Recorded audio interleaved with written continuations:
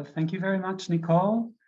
Good morning, good evening, good afternoon, everybody. Welcome to this 7th CPLJ webinar. Burkhard, Margaret, and Loic, and of course myself, would like to thank you for being today with us here.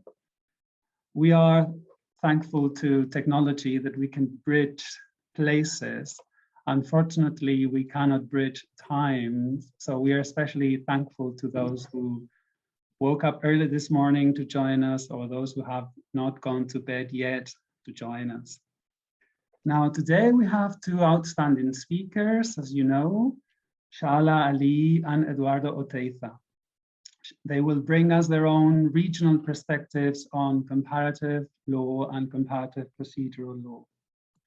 Before we begin, I remind you a little bit about the structure of the webinar. We will have two parts. In the first part, Shala will make a presentation in 25 minutes, 30 minutes, and this presentation will be followed by a discussion. The second part, Eduardo will take over with a presentation and a follow-up discussion, and in between the two parts, we will have a break, 10-minute break. To participate in the discussion, please use the raise hand functionality in Zoom, or alternatively, you can also write your comment or your question in the chat. Without further ado, I should now introduce our first speaker of today, Shala Ali. Shala Ali is Professor of Law and Assistant Dean at the Faculty of Law of the University of Hong Kong. She has served as arbitrator, and she has been engaged in law reform, both at the regional and global level. And she has also worked as an attorney in a very well-known law firm. His list of publications is really impressive. You could go to the website and find many publications on dispute resolution.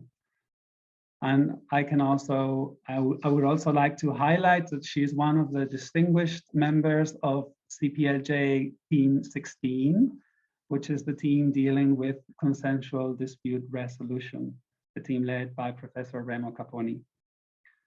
Today, she will be presenting Transcending Generalizations in Comparative Law Research, East Asian Perspectives in a Global Context. Thank you very much, Shala. I know it's quite late for you. It's nighttime, 9 in Hong Kong. Thanks for the effort. The floor is now yours. Thank you so much, Enrique, and all the individuals who've joined us. I want to first thank also the CPLJ team and for organizing this, and also especially to Margaret Wu, who reached out. I'm very happy to speak on this topic, and I also feel that I'm in very good company and very strong company within this project of individuals who work and have deep insights into the East Asian perspectives within the context of a sort of global comparative law. And especially, looking at the work of Margaret Wu, she's done extensive work on US-China civil procedure, especially looking at the perspective of access to legal services, migrant workers, access to courts.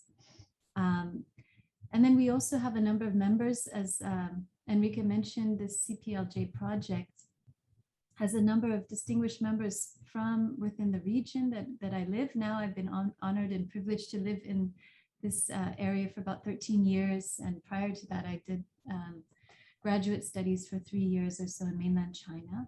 But we have Peter Chan on our team, and also Yuling Fu, Fu Hua Wang, Wei Yu Chen, Quanling Shen, and also Kun Fan. So these are all distinguished members. And so I feel I'm in good company, and my colleagues will help, fill in anything that I miss. So today, what I thought I would do is just talk a little bit about some of the theoretical inspiration for how I've looked at some of the questions regarding East Asian sort of perspectives in the context of dispute resolution. and how those theoretical perspectives have, what implications they have for the methodology that's been taken to look at some of the questions that I've found interesting over the years, and hopefully to weave in some examples as we talk about this. I was happy to see that several weeks ago, Professor Chase of NYU also was talking about culture in general. And so I hope some of the discussion here will build on some of what he's shared.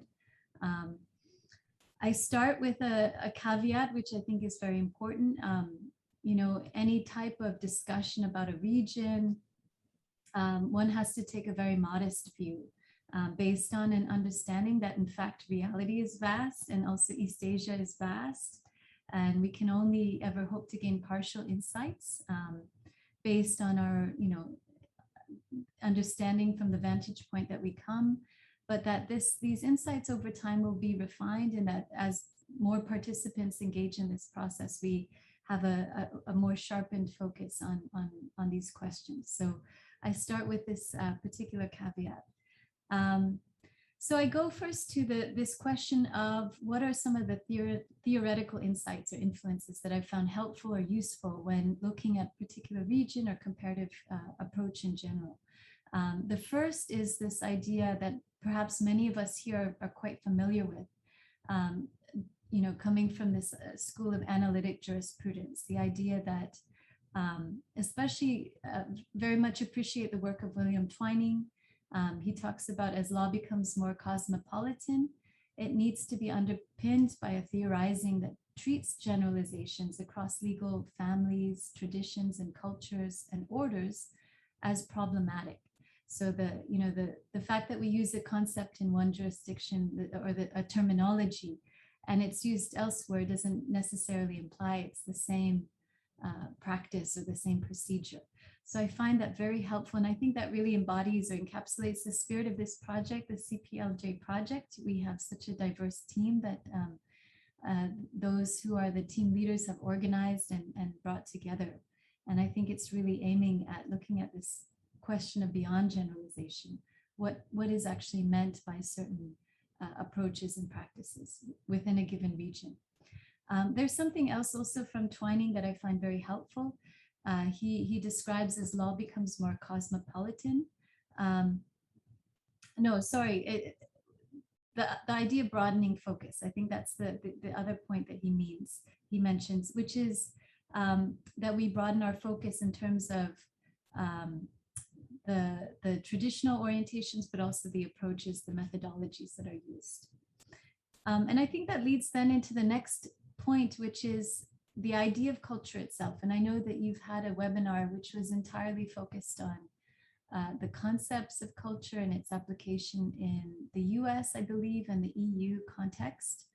And so just to build on some of that discussion, because I do think it's relevant also here in this particular topic, the way that I look at culture and that I found very helpful, the starting point is really this idea that humanity is one species. We're not different species of human beings. We're essentially one. And I think that we see within genetics, within biology, there's been confirmation of this notion, this idea.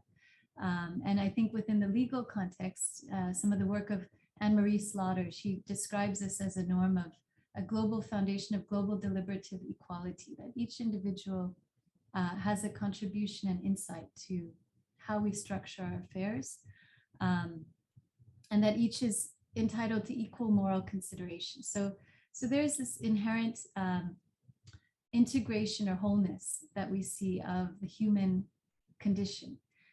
But at the same time, I think it's clear that we have diversity of expression, diversity of practice. And so that leads to the next point, which is how do we understand this diversity?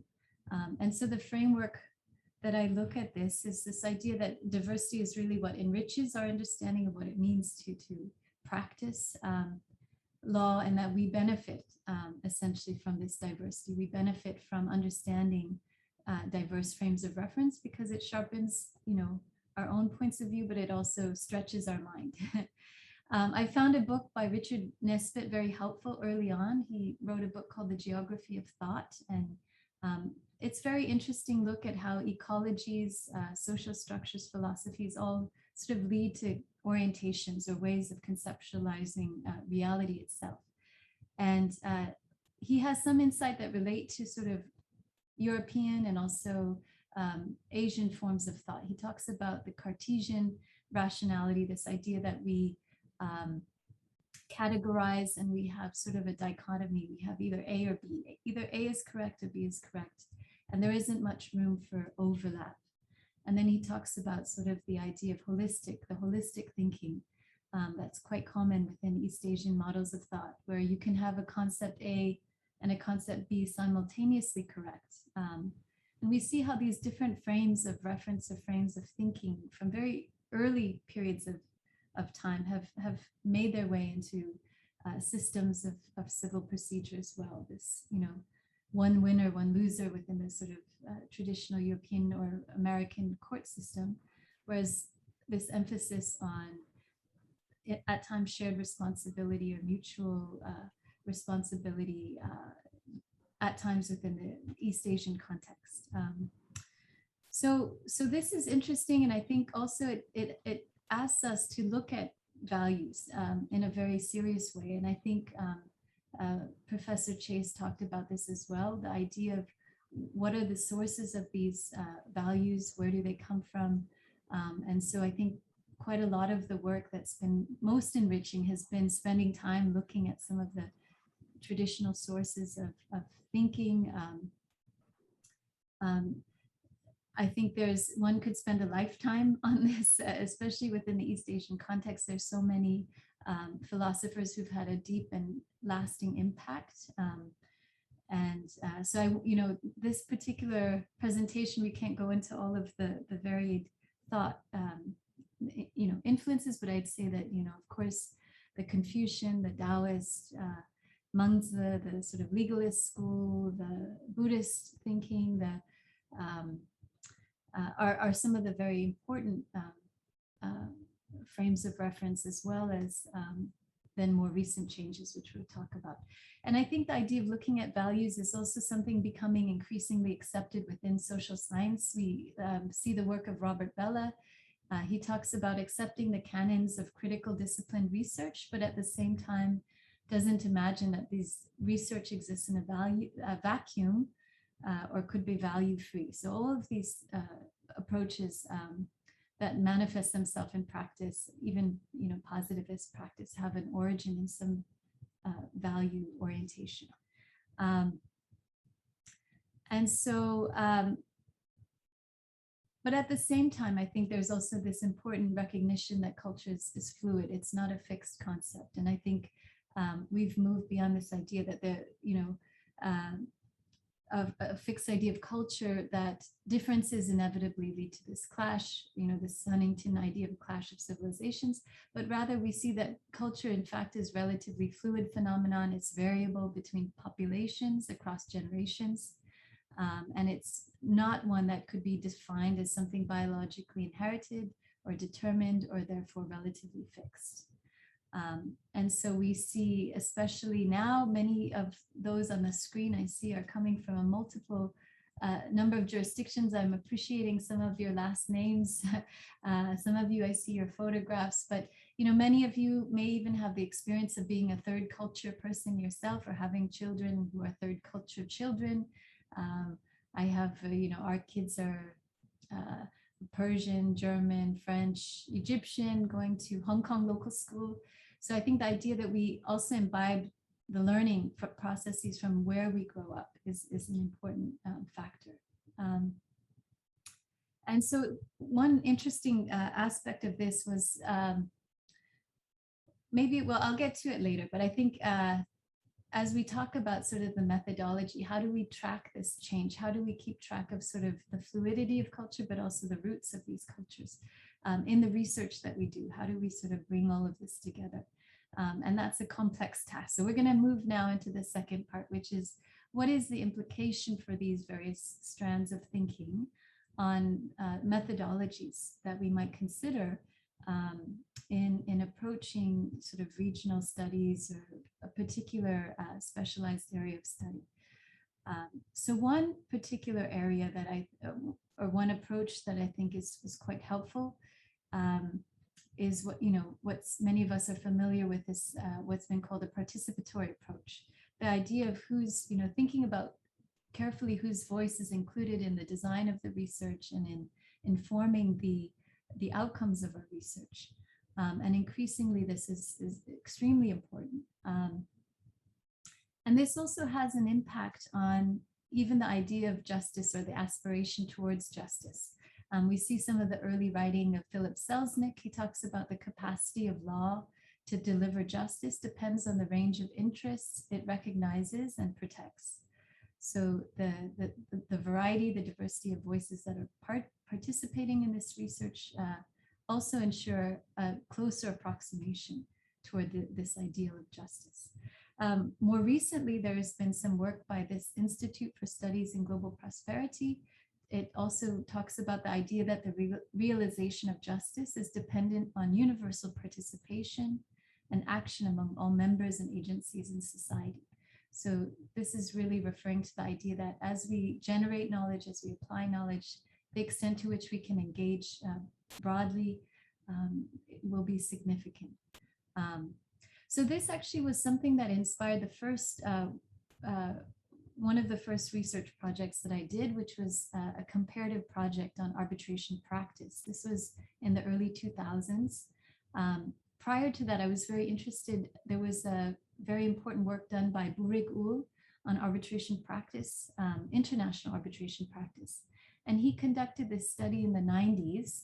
And he was interested to know how arbitrators saw their role, what was within the bounds of their role, what was outside the bounds, what was considered appropriate, inappropriate, what were some of the sort of role moralities or the driving influences that shaped how these arbitrators practiced. And it was a very important study and brought out a number of insights in terms of the practice. I looked at, though, the sample of the individuals that were part of this survey, and they were primarily from North America and Europe. And at that time, I think that was, a pretty accurate reflection of where the locus of activity was in terms of arbitration. But as we started to move into the 2000s, we saw this flourishing of activity within the arbitration communities in East Asia. So I thought it would be interesting to sort of take that survey as a comparative work and really try to get at the views and thoughts and sort of understanding of arbitration practitioners within this region and how these same questions are looked at. And so that was the project. It was written up in called Resolving Disputes in the Asia Pacific Region. And the basis of that was survey work. It was a 115% survey. And really, there were some differences that were identified, a lot of similarity, a lot of commonality, but then some key differences, which showed some degree of continuity with some of these traditional ideas that we talked about. One of these differences was this idea that arbitrators in this particular region reported a higher degree of involvement in assisting parties to reach settlement agreements. So they themselves saw this as part of their function, as part of doing, the appropriate sort of being a good arbitrator, doing the work of an arbitrator, is helping parties to actually achieve reconciliation in some form. And then at the same time, they saw a greater degree of support on the part of participants in the process for arbitrator-initiated settlement discussions. So parties were also receptive to their role because this was also part of the context in which they operated. This was seen as the function of a good arbitrator. So that was interesting. That was a distinction, or there was some chi-square analysis we did to look at differences, and that was one area. What's interesting also is, as we were talking about, when I did that survey, I also included among the participants within the East Asian region, individuals who might have been from Canada, but who've spent 30 or 40 years in East Asia or Japan or a particular area of practice, who've then come to sort of take on many of the approaches within this region. So they were part of this survey group. So I get to the next sort of methodological implication, which is the idea of mixed methods. So I think many of us are now using or familiar with this idea of using a variety of methods to get at this a particular question. And I think what I found very interesting early on reading the work, for example, of Mike McCann, he did a really great study on rights at work in the US, mobilization of rights in pay equity. And he had a really wonderful use of a variety of methods. He used sort of document analysis, media reports, interviews, surveys, sort of statistical analysis of case results, etc.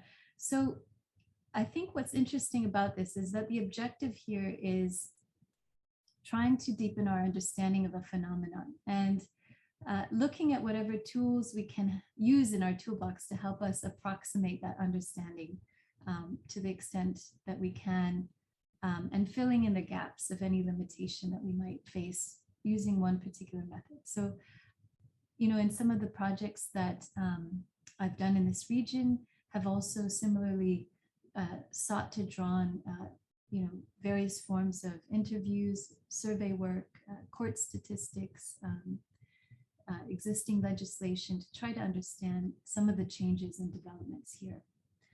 And then I guess finally, the last point to make here is that what is the purpose of this work? Why are we doing this kind of research? What is the aim? And I think Professor Chase alluded to this also in his talk, is that really, you know, from the orientation, the way that I see these kinds of projects is that there is this idea, this underlying sense that systems can improve, systems can become better, systems can become more accessible or more transparent, more fair over time.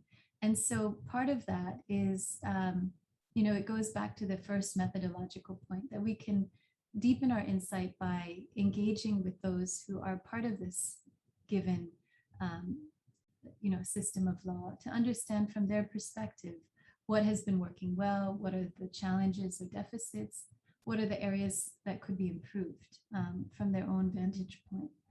And from these pieces of situation or situated knowledge, we can start to build broader insights.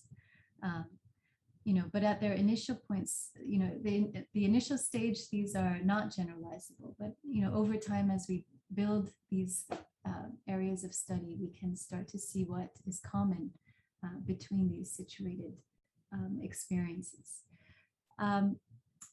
So I guess what I'll do is sort of take this back to the sort of what motivated originally the first studies that I started to do, which were actually about mediation in China, some maybe in the early 90s, 94, which is this idea that, you know, we talk about, you know, the common origin of humanity, also the diversity of the human family. So the idea is that as these systems are evolving, there's a need to learn from these diverse systems. There was a very beautiful insight that was shared in the early 1900s by an individual. His name was Abdul Baha in Paris. He said that the East and the West must unite to give to the other what is lacking. And this union will bring about a true civilization. And I found that very, you know, that sort of impelled me to really try to understand what is it within the East Asian context that I can learn, that I could benefit from. And from that, there's been a really interesting, very rich process of study. And we can discuss some of that during our chat group, or we can begin a conversation now. But I guess, you know, let me leave it at that, because I'm really curious to know the areas that you're interested in. You know, we could go in the direction of looking at some of the underlying ideas that have given rise to certain preferences for particular approaches to dispute resolution. We can look at sort of more modern changes, sort of the idea of struggles with values, challenges with traditional values, how currently, you know, people's mediators have talked very frankly, you know, this was in some interviews done about 10, 15 years ago, how they struggle with sort of making reference to certain types of traditional values because ideas have been changing about, for example, the role of women within society. Certain references to traditional norms may not be effective as they were. And so I think also, as Professor Chase mentioned in his talk, this is inherent within culture, that there is going to be change. Or we can also talk about sort of what does it mean between legal systems, the idea of convergence and informed divergence. How does that affect changes that we see taking place? So I'm looking forward to hearing the directions that you'd like to take this conversation. And I really do appreciate this opportunity to share some initial thoughts and to continue during our break or after our break. So I will turn it back to our moderator to hear, sort of what are some of the areas that our colleagues here would be liking to take this discussion. Thank you so much, Sala, for this inspiring presentation and your thoughts, and for sharing your experience. It's been really, really stimulating and interesting to listen to your thoughts. Now we open the floor for questions. If anybody wants to ask a question, please, as I said, use the raise your hand tool or write your question or your comment in the chat. So now I welcome questions and comments from the audience. I can also start to raise a request from you, Shala, maybe. You mentioned how culture is so important for our research, and also the way you try to integrate it with a participatory approach and using different methods. Can you give us maybe a particular example of how you could reach out to integrate culture in comparative research? A couple of examples of your own experience. If you could share this with us, that'd be great. Yeah, no, definitely. So yeah, I would say the first project, which was actually an undergraduate research long time ago, I started to really think more about sort of the originating thoughts that gave rise to why mediation, for example, was preferred for so long within China. And it led to a lot of interesting reading, and understanding about sort of how the world was viewed, how individuals were viewed, human nature was viewed, that concept of 以和为贵, the harmony is to be prized, and that this conflict is a deviation of that, and so there's a need for re-education to kind of align ourselves back into that natural order. But then this has been contested and challenged over time. So that project really did rely a lot on interviews with individuals working in the field to understand their experience, mainly at the grassroots level, how they implemented some of these principles and where they found resistance to some of these principles. And also the wider context in which they operated. Traditionally there was also a very skeptical view of courts. Traditionally in China, it was thought that to enter a court is to enter a tiger's mouth. So you really don't want to have anything to do with the court system for a variety of reasons. And so there was also that factor, which was very important. So both text, study of traditional texts, but also talking with individuals about the application of those, those values in contemporary practice, I found very helpful. And so I tried to continue that, with this arbitration work. It was similar. It was both a survey project, but also interview project. So the interviews would sort of enrich and elaborate on some of the differences that we saw in terms of practice. So arbitrators would share that, one thing that struck me, I mentioned that there was a difference in terms of how arbitrators see their role, and that there is a function of trying to bring parties together to sort of reconcile. And that still is a strongly held shared value. And really arbitrators, a few of them elaborated in the interviews that they would feel that they were being irresponsible. They were wasting parties' money and time. If they, for example, saw some form of a potential settlement or some form of a potential resolution, and they withheld themselves from sharing it, they would feel that they were being somehow greedy or selfish, they were considering rather than helping the party. So it was really a deep-rooted, very deeply held feeling. Whereas, we talk to Western arbitrators, they would say this is a violation of ethics, to suggest any sort of settlement. So it's very interesting to think between these areas where sort of how this applies to practice and what are the implications for parties.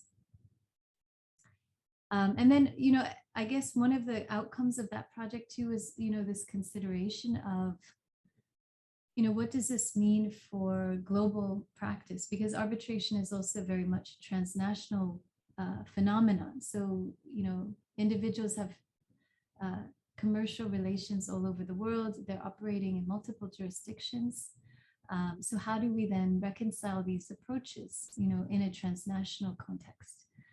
And there I found it very interesting to think about the role of, these global entities like the UNCITRAL entity, for example, which has a very distinct model law approach where countries can opt in and opt out. They can take what they like and leave what they like, which allows for this idea of sort of convergence in certain areas, perhaps in substantive law, but divergence in practice or application.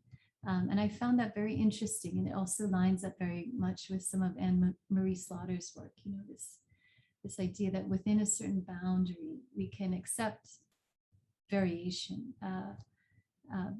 but also there is a need for some, in certain areas, sort of a coming together of practice. So I hope that somewhat addresses some of the questions. It does. Thank you, Shala. Margaret, you raised your hand, please. Yeah, I just want to get the conversation started. So I'm going to ask a very basic question, and that is that, for those of us who study Asia, it's always, and it's a question that I haven't quite found the answer to myself. And so I'm curious to know where you stand on this, which is that there's always been a conversation about the East-West divide. And then there's another contrary conversation that it's really economic development, that in fact, the differences is really more economic than cultural, that is that with modernization, then that's when societies become less cooperative and less individual and less communal. And so I'm just, and that the West and its history was equally once upon a time communal and cooperative, but with modernization, with development. And so I'm just wondering where you stand on that kind of analysis. Yeah, no, that's a really great question. Yeah, I could see that. I could see definitely that there are continuities within, this idea of sort of collective redress, or even, the diamond traders had their own system of out-of-court resolution for resolving these sorts of early disputes within the diamond industry, as I understand Lisa Bernstein's work, which very much paralleled, practices that we see in East Asia. It's, so it's not unique to, like you say, jurisdiction, or the Shasta County work. What was it? Order without law. some of this idea that farmers, the sort of agricultural community is really not interested in court litigation at all. If there's a cow trotting on someone's crop, they're going to work it out, in some form that's more based on communal values or neighborly values. So I see that is a very important insight. And I think that there can be overlap. There can be some of both. I think economic conditions are very real. They have an impact on sort of, one mediator I talked to actually in China, this is in the early 90s, she was saying that one thing she noticed was that there was a difference in how people related to each other in her neighborhood as soon as the high rises came up.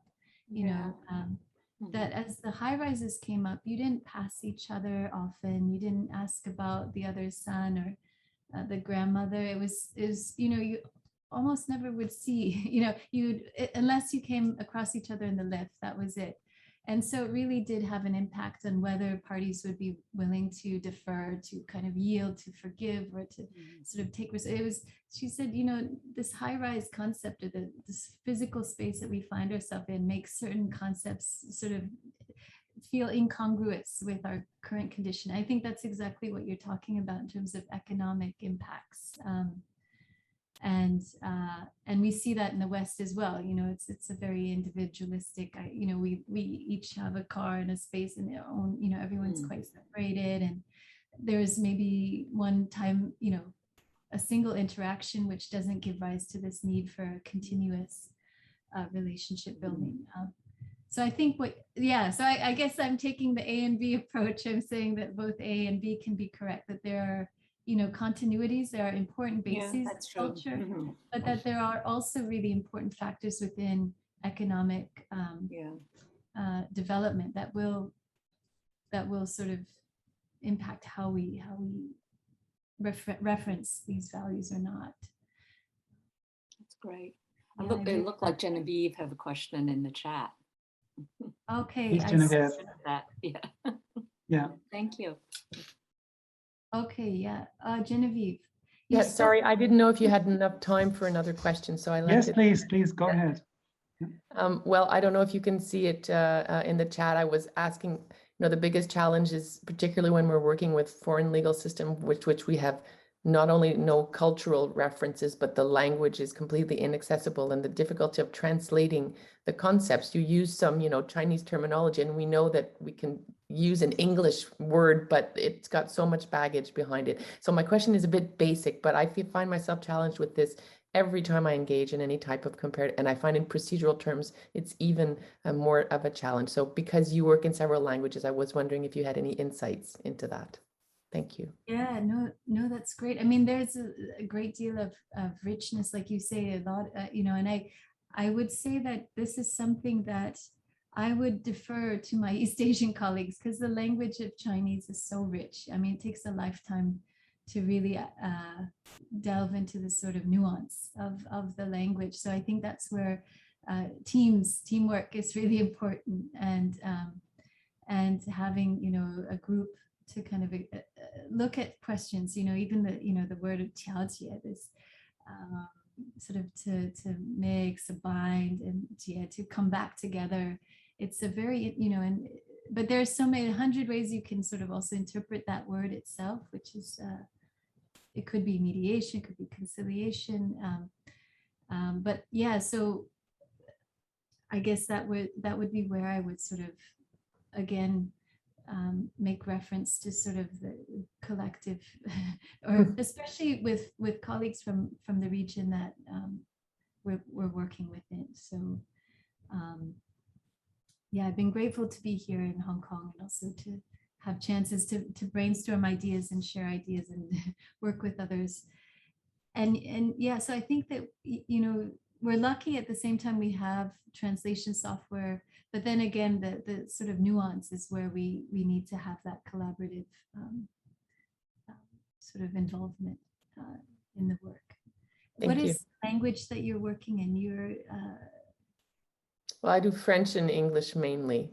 Yeah, so I mean, already that's, better than nothing, but I know that in this project, there are such a multitude of languages, and particularly people with multiple languages. So it's, yeah, I think it's a continuous challenge, but I think you're right. It's working with and always testing our assumptions, challenging them as we go along with people who are embedded in the culture, either through education. As you said, it could come from many different sources. They don't have to be currently working in a particular jurisdiction. You could have that insight from a number of your different life experiences. So thank you.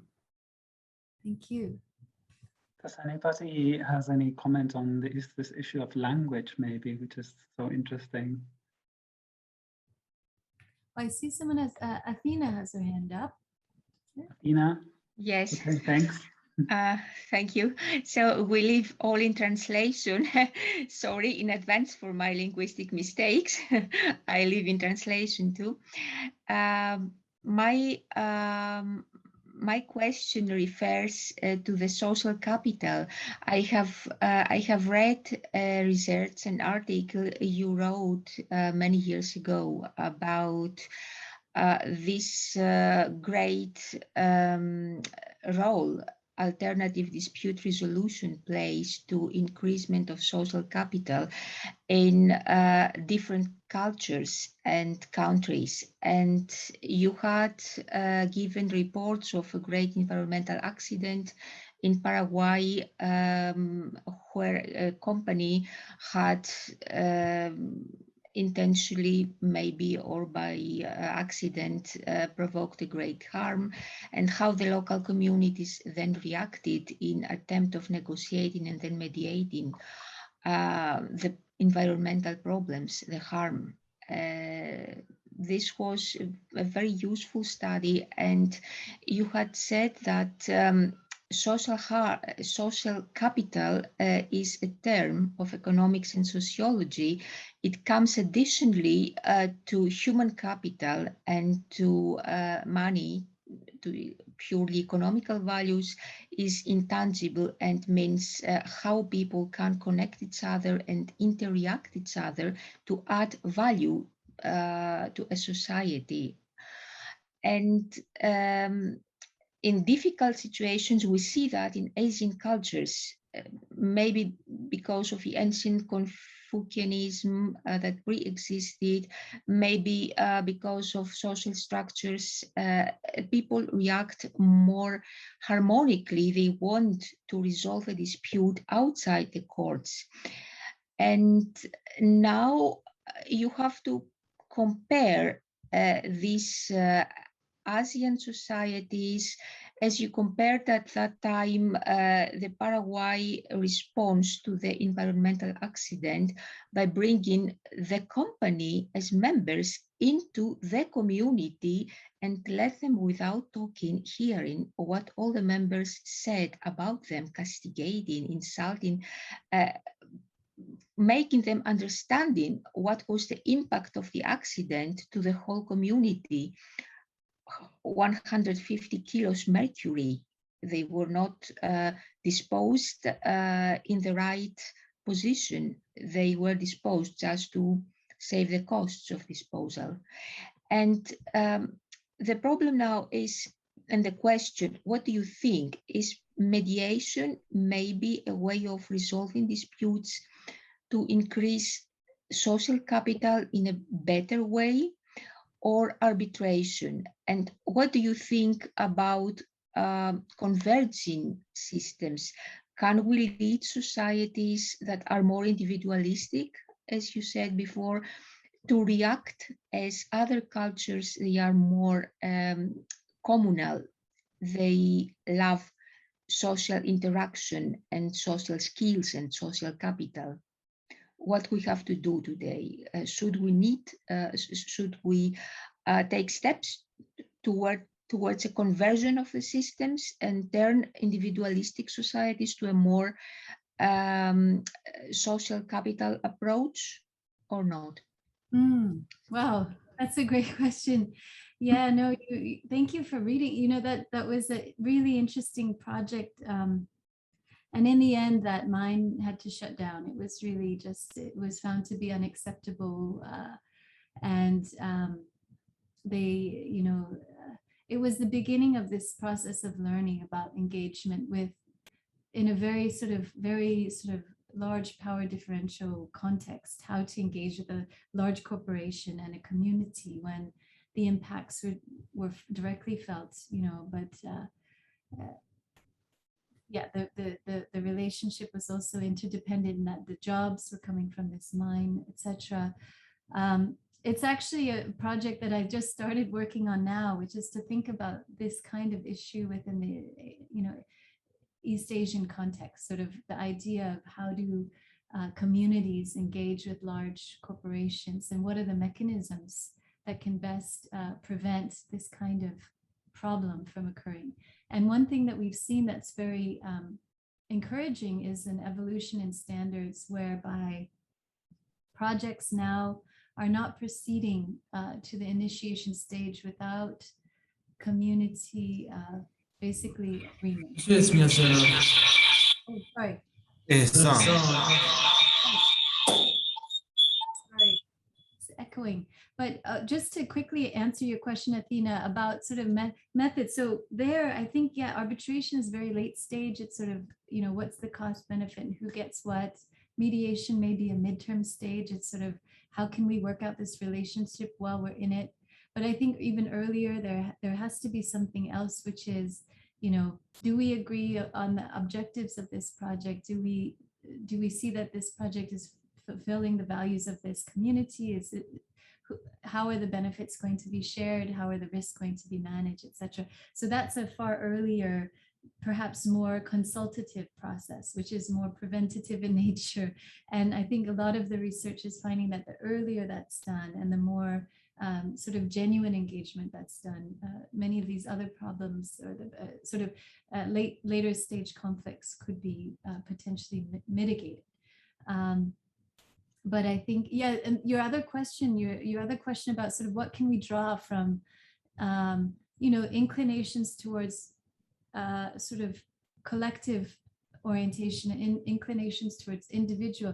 I think we're constantly challenged with this question in so many domains, within the legal domain, public health domain, COVID domain. I think we see it everywhere, that we're living with this question of sort of, how do we protect the interests of the collective, also the interests of the individual, the interests of the small business, the interests of the economy as a whole.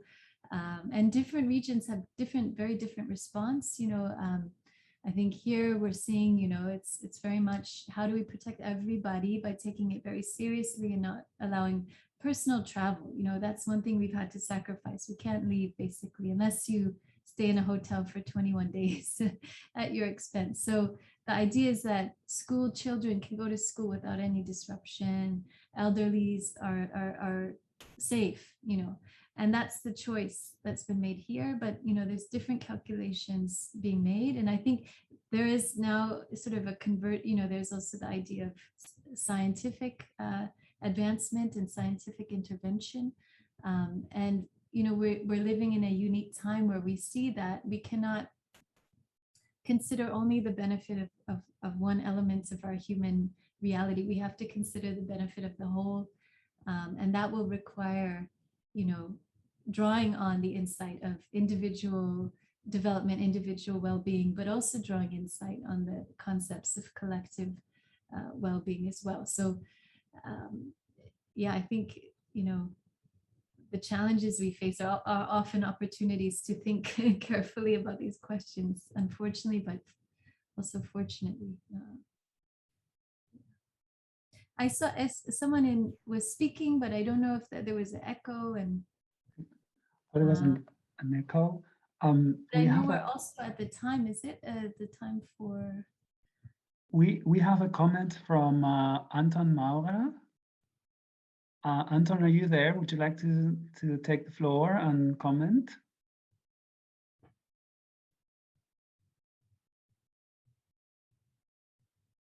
Might not be there any longer. No, I'm here. Then go ahead, please. I just wanted to make a remark with respect to the sound is very poor. We can't hear you very well. Perhaps you should write it out in the chat. Yeah. I did. All right. There you are. Is it now better? Yeah. Yes, I just wanted to make a remark.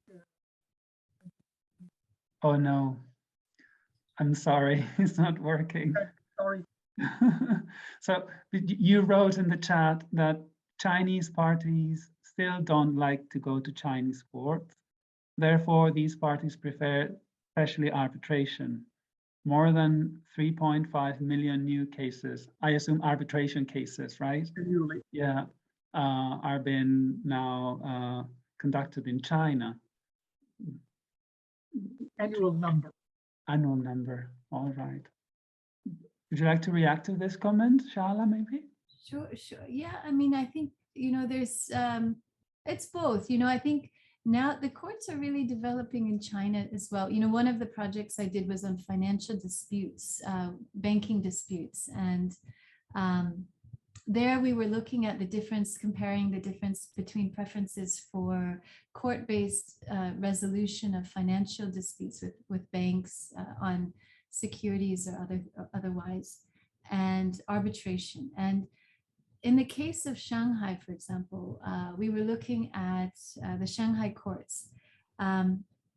Shanghai courts have developed a very sophisticated system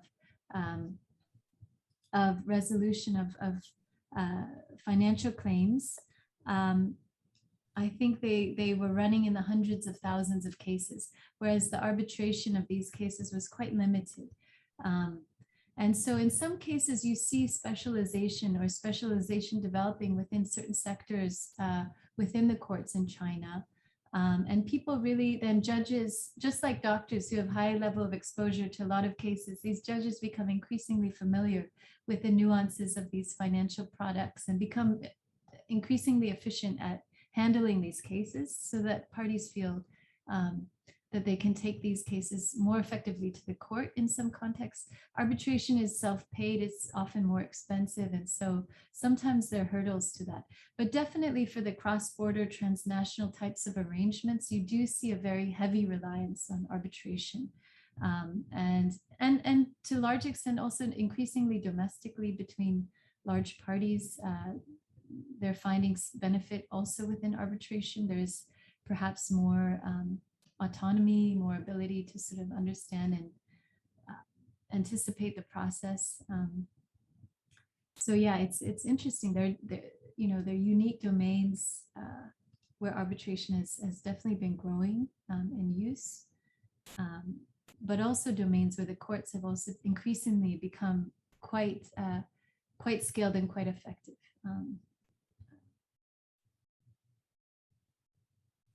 All right. Thank you. We have another new comment from Anton. You could read it in the chat, so in case you want to react. Right. Okay. So you're talking about domestic cases. Yes. Okay. So I think that's a very good point that one thing also that we've seen in China is a very large proliferation of arbitration centers at the provincial and city level. And so no longer is it just CTAC, you have Shenzhen Arbitration Commission, Hainan Arbitration, and there could be commissions based on various sectors. And so the popularity definitely is growing. I think 10 years ago, it was less known. People kind of saw it as a somewhat elite, expensive option. Courts were a lot more accessible, and the price, the price of entry was not high. I think arbitration now is becoming more accessible because you see this diffusion of centers throughout China's. You see increased number of practitioners, and I guess people are sharing their experience, and so definitely there has been, in fact, a tremendous growth. Okay. So, yeah, thank you. And just to say also that what's interesting in terms of mediation has sort of had a very steep increase in the 90s, and there was a decline. I think Fu Hualing and Richard Cullen have done some interesting work about this sort of trend of a very steep rise and a decline. And then now there's sort of a gradual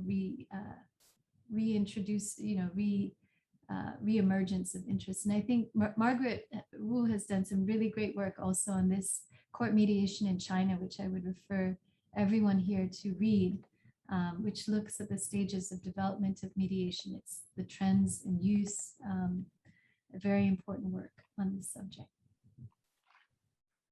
Okay, thanks a lot. We still have 1 minute or 2 minutes to go. If there aren't any more questions, maybe I can give you the floor back, Shala, to close down your turn, so to speak. But I'm curious, what could you say about changes in culture and attitudes towards dispute resolution? What changes do you think there have been in the last 20 years or 15 years, Anisha, since you've been working in Hong Kong? Have you seen any changes in this regard? Do you think the arbitrators that you interviewed some years ago would say the same now, or have their attitudes towards arbitration and dispute resolution changed? Wow, that's a tough thing to end on. Our lights officially went out in the hallway here, but I would say that, you know, I think to Margaret's point, I think the sort of economic factors have been very striking. You know, in the last several years, China is a very supercharged market economy, and there is a lot of economic activity, a lot of interest in sort of quick and sort of efficient resolution. So I think these norms of sort of the marketplace have become increasingly very prominent, you know, and so the discourse that you see within arbitral discussions within, say, CTAC or HKIC or otherwise, really is about efficiency. It's about you know, ensuring parties, you know, have a fair result. And also, I think there is increasingly concern about, you know, neutrality and ensuring that parties, you know, that individuals who seek out this option for arbitration have some, you know, some reference point. And that's not easy. I think arbitration without a sort of appeal mechanism faces this particular challenge. And I think this is one that not only in this region we face.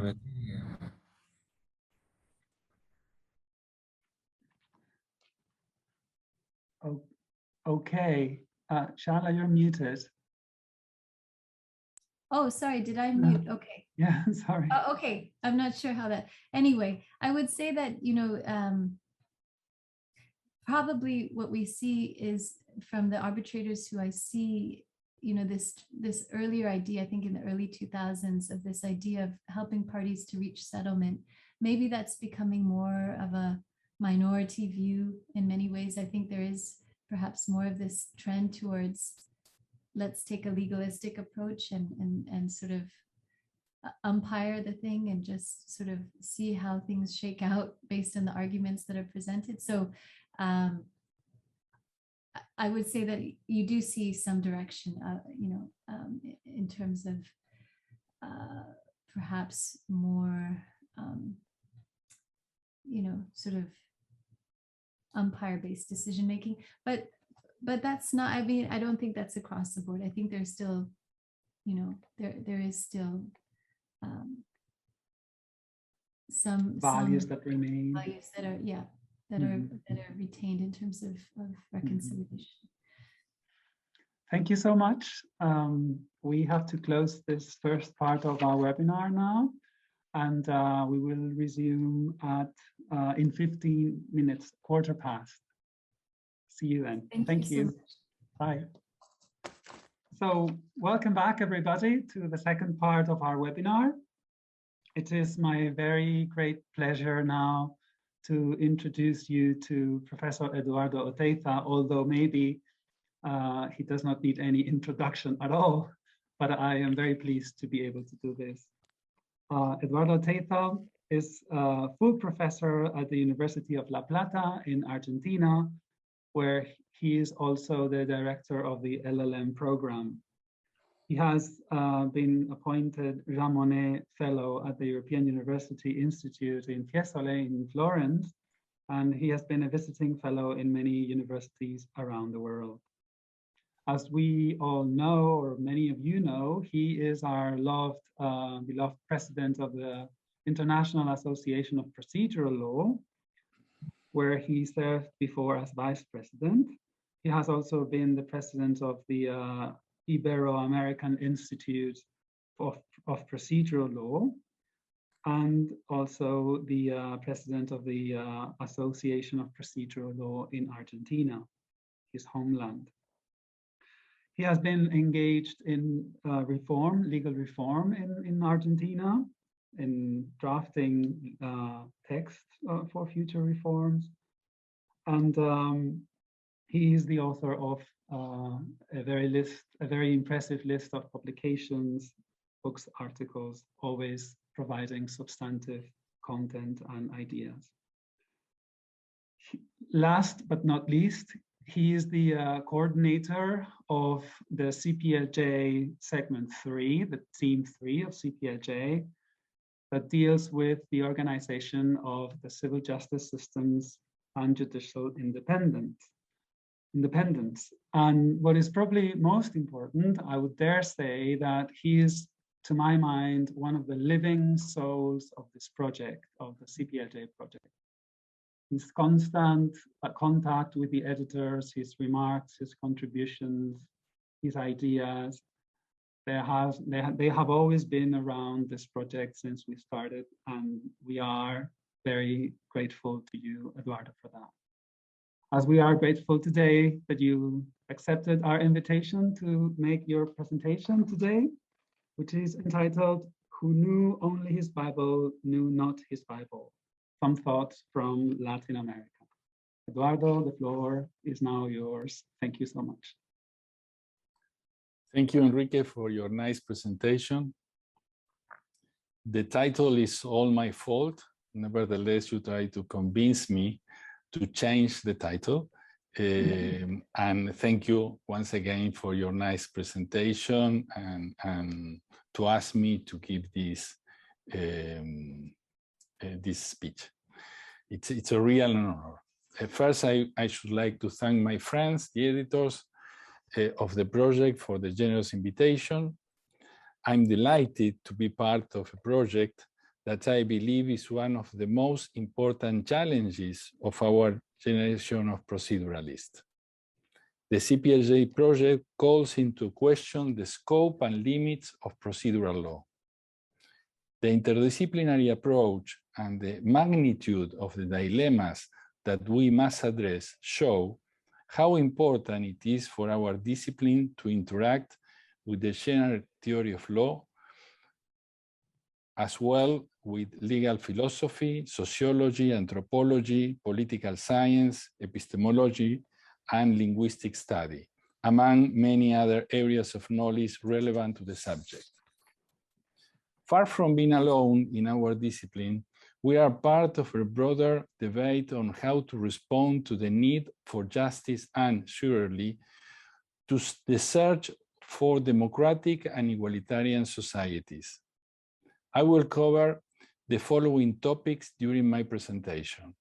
First, the symbolic element of the title chosen. Second, Latin America as an open and transcultural space. Third, notes on the evolution of comparative procedural law. Fourth, balance between detail and generality. Before I tackle these issues, I would like to say that my choice of topics takes into account certain assumptions made by the editors when formulating the CPL project's basis document. As this series of webinars seeks to discuss methodological aspects, I have also taken into account the views given in the proposal shared by the editors. I shall refer to this during my speech. I also think that it could be helpful to remember the ideas and suggestions recorded in the previous 6 webinars. I have reviewed them in detail, and doing so, I have found some ideas that I want to share with you. In this sense, I will try to have a dialogue with those who preceded me by referring to some proposals I found interesting. My aim is not to summarize them, as I will not only refer to certain issues and comments that caught my attention. I think it's interesting to revisit previous webinars. They are part of a valuable material made up of many visions and proposals that we should take into account when working in each of the project segments. I would like to recommend that you take the time to rewatch them. They have helped me to develop a better understanding of the course of the project. Virtuality has the disadvantage of limiting our interactions and dialogues that enrich our perspective and, of course, our lives. It's not the same being among friends as in front of a screen. One of the most important reasons we have for pushing our careers is the opportunity to share our ideas with others, to relate with the others like us with similar concerns. But even those face-to-face encounters are also fleeting. I mean that when we take part in a face-to-face academic meeting, we only take away some of the principal ideas, as we don't have the time to go into many of the concepts in detail. We cling to synthesize that we are not really able to formulate. On the other hand, watching a recorded webinar is rather like reading a text.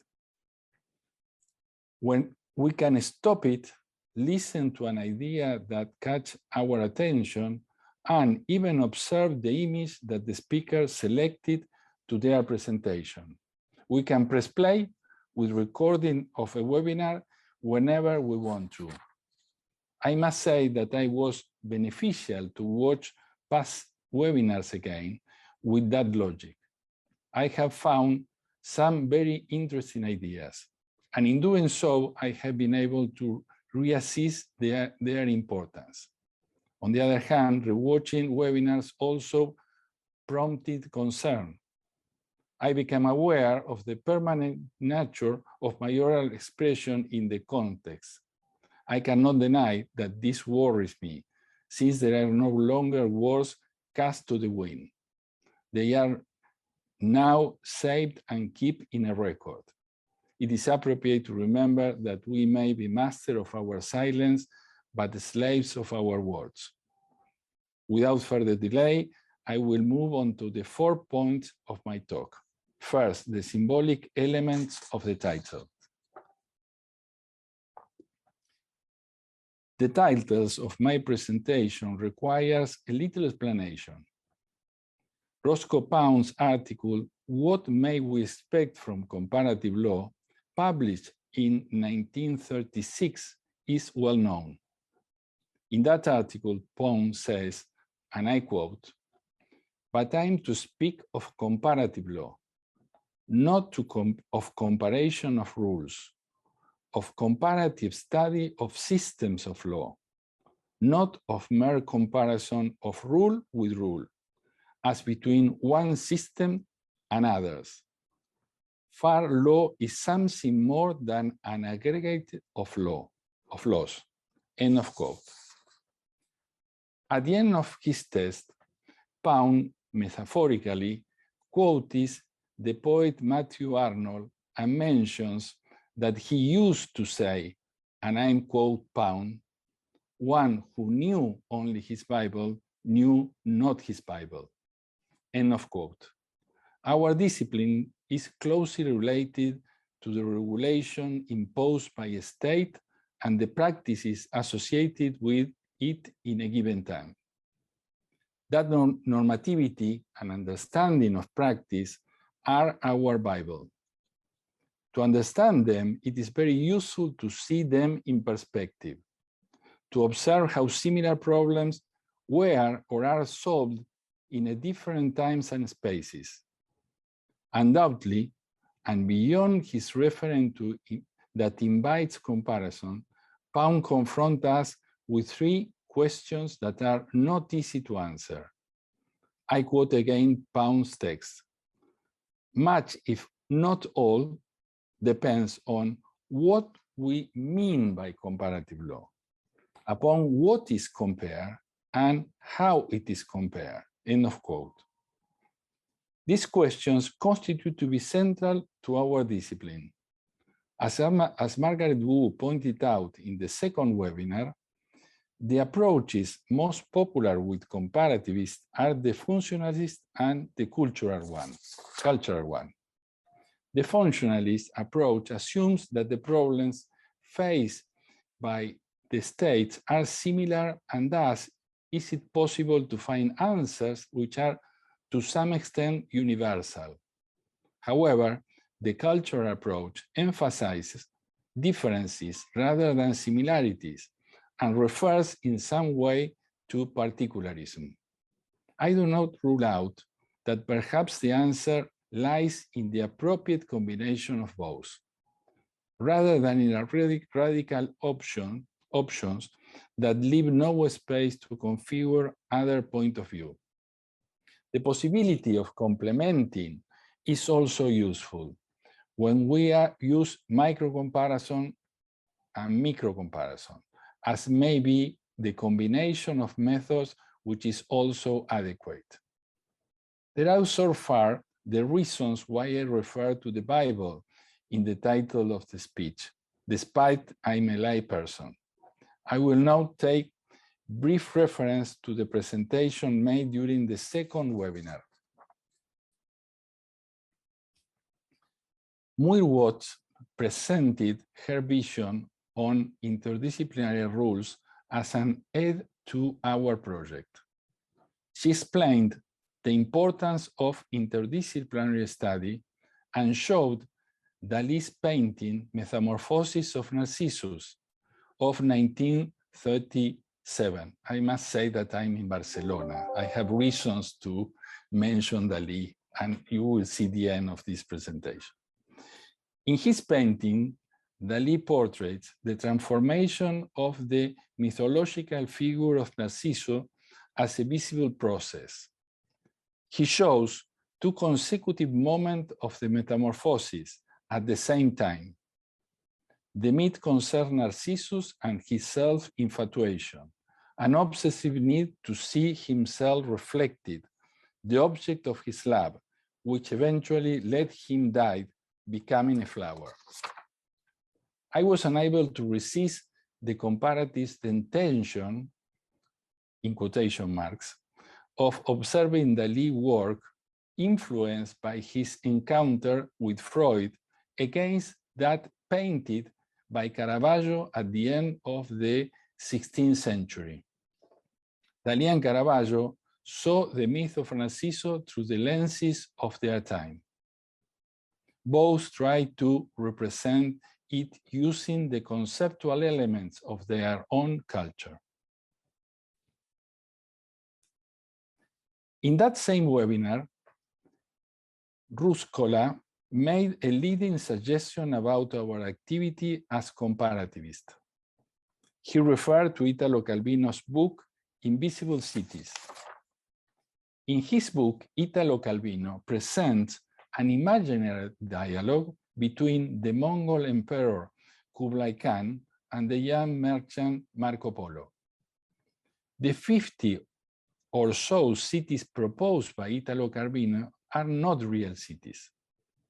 For Calvino, his cities, like all the cities, are constructed not of steel and concrete, but of ideas. I could not resist the temptation to seeking out Calvino's words to revisit the paragraph I now share with you. Calvino's idea of subjectivity, central to Kantian philosophy, draws attention to our limits. The city that Calvino placed in Marco Polo's accounts could not obviate Venice. Like Caravaggio or Dalí, Calvino draws our attention to the limits of our observation and the subjectivity formed by our culture and experiences. I share Ruscola's observation that when you are describing a foreign system, you always have your own system in the back of your mind. After placing ourselves before comparison as an exercise in historical translation, in which our imagination plays a key role, he concluded that the act of comparing is inescapable. There is no contradiction between the difficulties encountered in comparing and the need to do so. The relationship between the complexity of the act of comparison and its importance was expressed in a very simple word. It is impossible, but necessary. If we recognize that we will only partially achieve our mission, and also understand that this has to be done, this will be reassuring. I have no doubt that the challenge proposed by this project has an extraordinary dimension. In some way, it seems like a vast and risky enterprise. The idea of impossible but necessary allows us to coexist with the uncertainty generated by the project. At least it does for me. We face the challenge, as Burkhard has commented in our first webinar, of translating the context. The Italians say, traduttore traditore, translator traitor.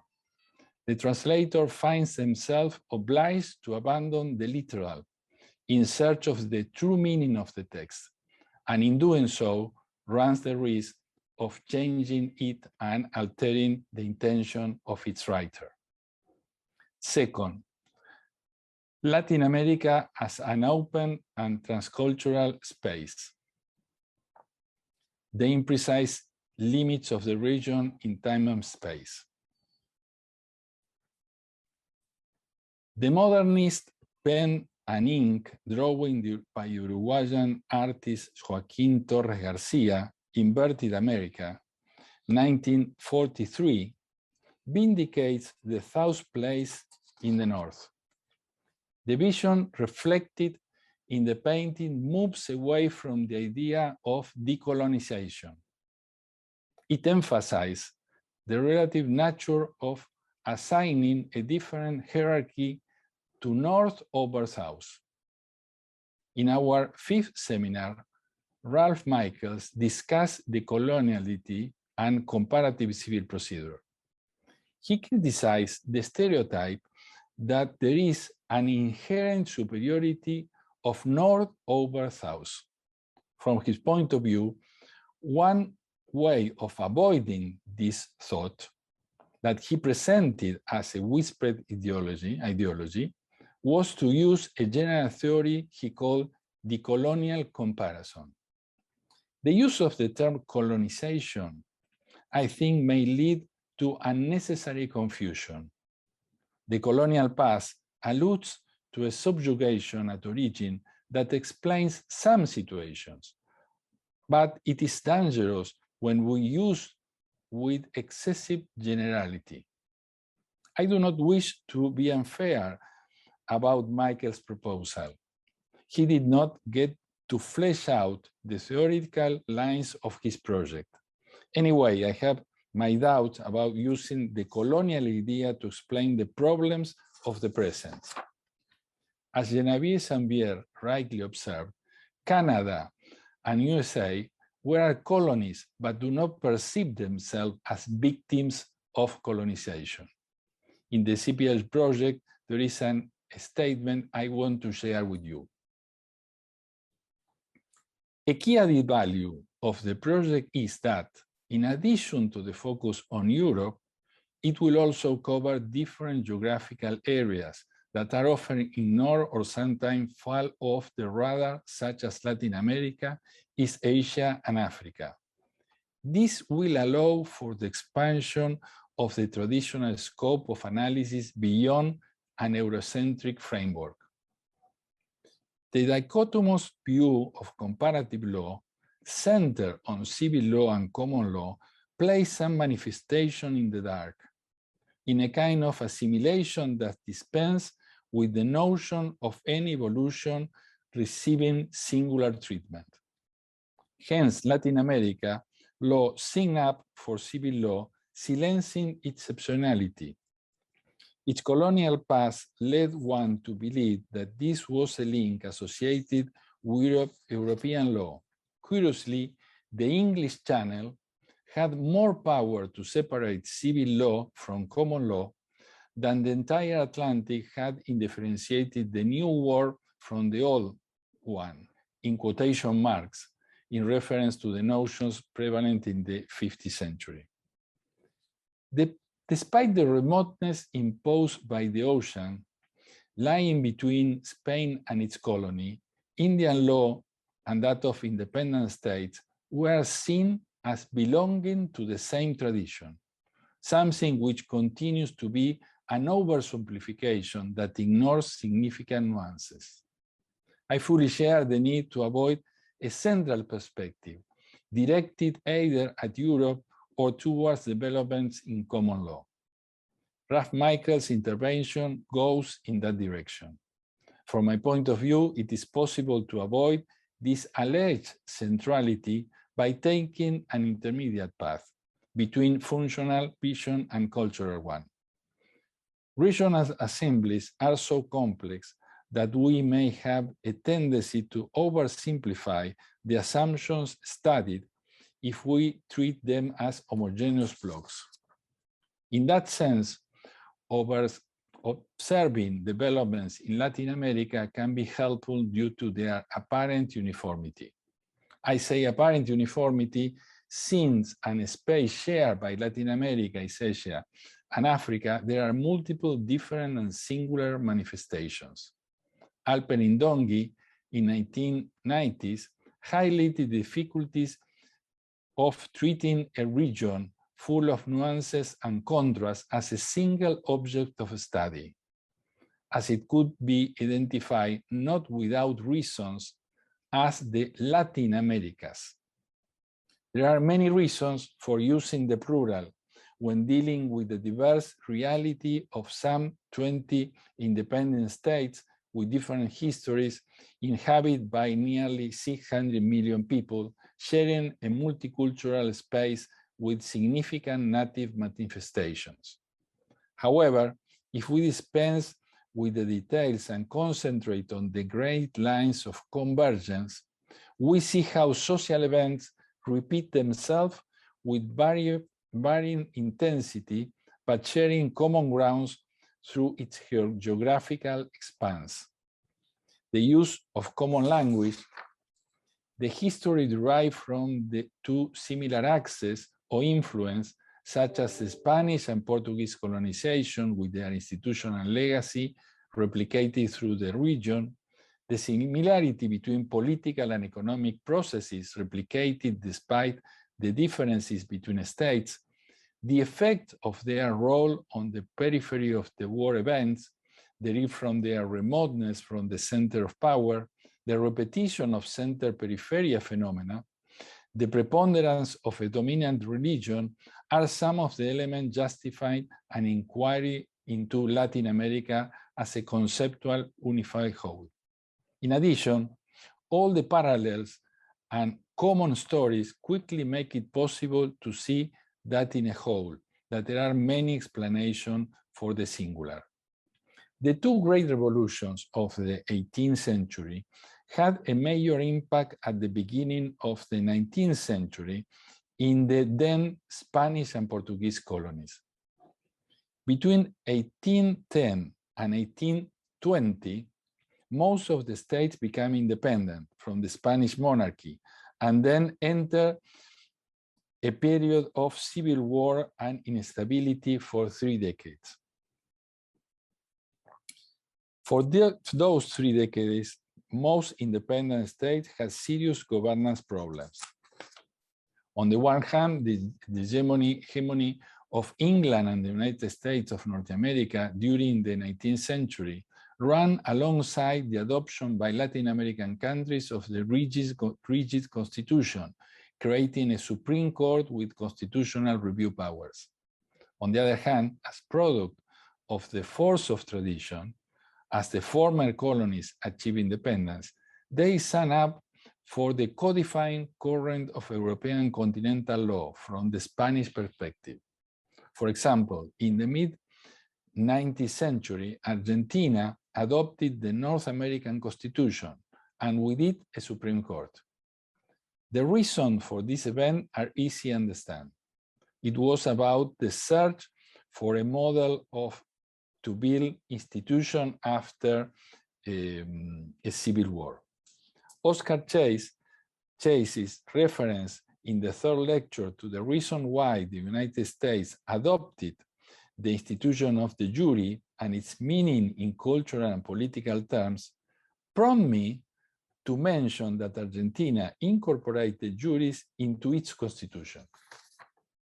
Article 24 of the Argentine Constitution of 1853, which remains in force, established that Congress shall promote the establishment of trial by jury.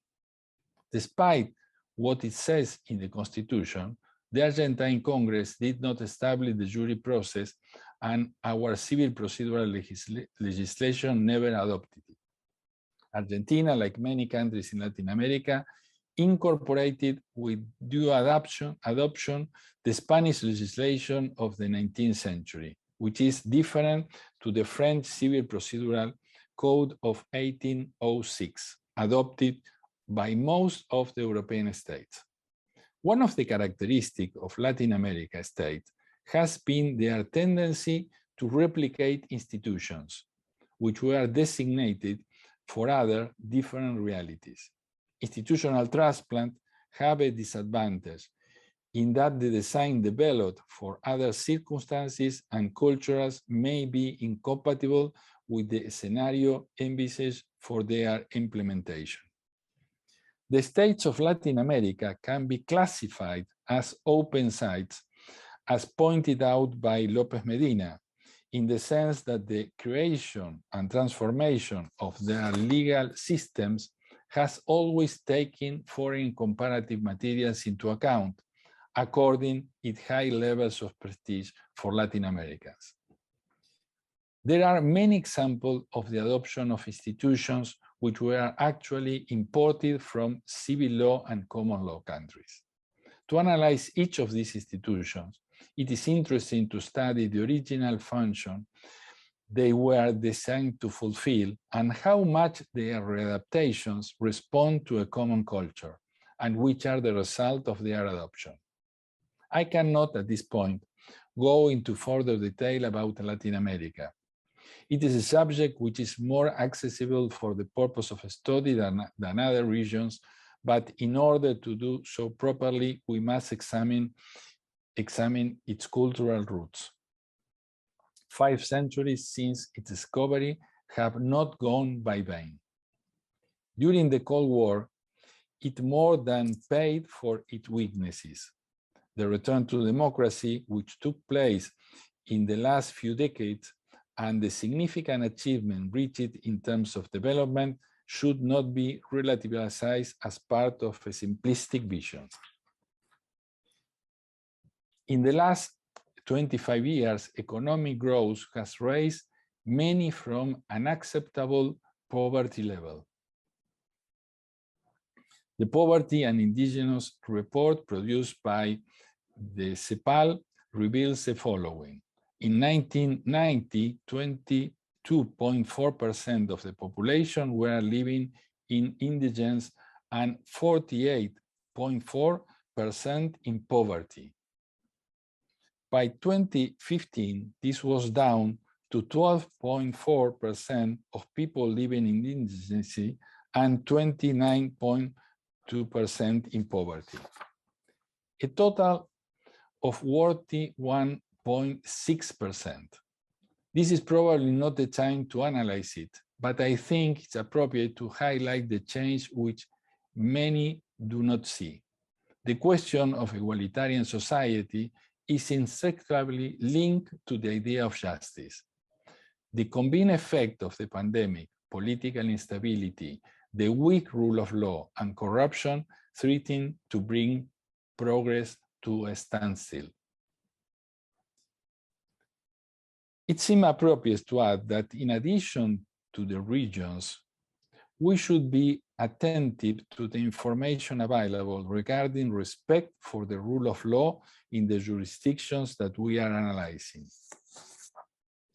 The map you see is taken from the Global State of Democracy for 2019, prepared by the International Institute for Democracy and Electoral Assistance. The next one is by BDIM Institute at the University of Gothenburg. Both are clearly suggestive. Without democratic institution, it is very hard to speak seriously of the role played by justice, particularly by an independent justice system. The idea of rule of law I understand to be an essential factor for examining the topics to be covered in each of the project segments. The following diagram shows an evaluation of the working of civil justice drawn up by World Justice Project and a comparison with the result of the ranking prepared by the World Economic Forum, Transparency International, and the Doing Business report, which rate independence, transparency, and the estimate of time taken to resolve a conflict. It is necessary to carefully analyze the methodology used in each of these studies before drawing a conclusion. At all events, it is clear that Germany, Uruguay, and Canada offer good results. This shows the relativity of the idea of juridical families as a point of departure for comparative analysis. It is interesting to see how these measurements also show a direct relationship between the function of civil justice, judicial independence, transparency, and the time needed to achieve a due protection of rights. I now come to the third point, notes on the evolution of comparative procedural law.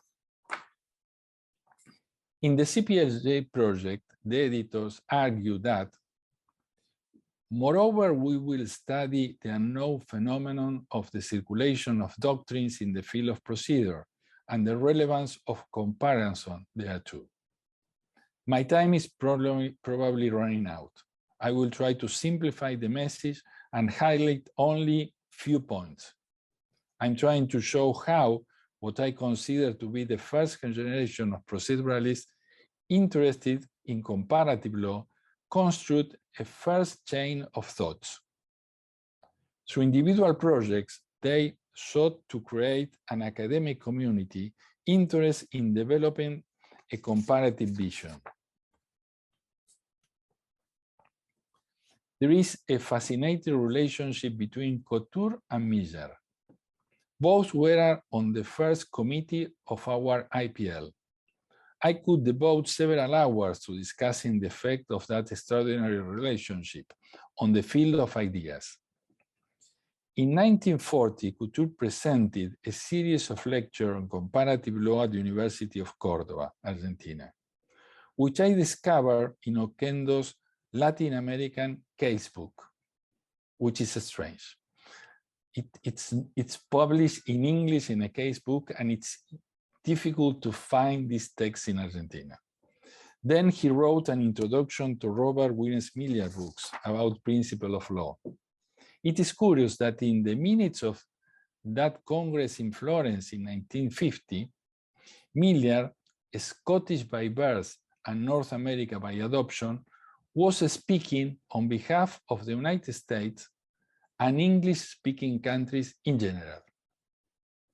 The reference is suggestive, as was the fact that Couture was appointed to be the general representative of the Spanish-speaking countries of Latin America. This can only be explained by the appointment of Oscar da Cunha as the representative of Brazil. The conference given by Calamandrei at the Autonomous University of Mexico at the invitation of the first president of the IPL, Niceto Alcalá Zamora y Castillo, on process and democracy was an emblematic one. The conference prompted us to think about the importance of respecting the rule of law when we talk about process and justice. The second generation shows an interesting relationship between Capelletti and Merriman.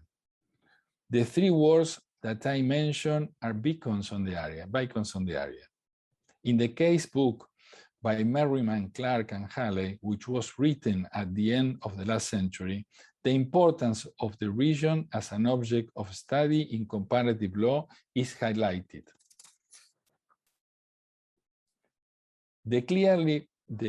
This clearly provides a background to the volume 16 of the Encyclopedia of Comparative Law, of which Capelletti was editor.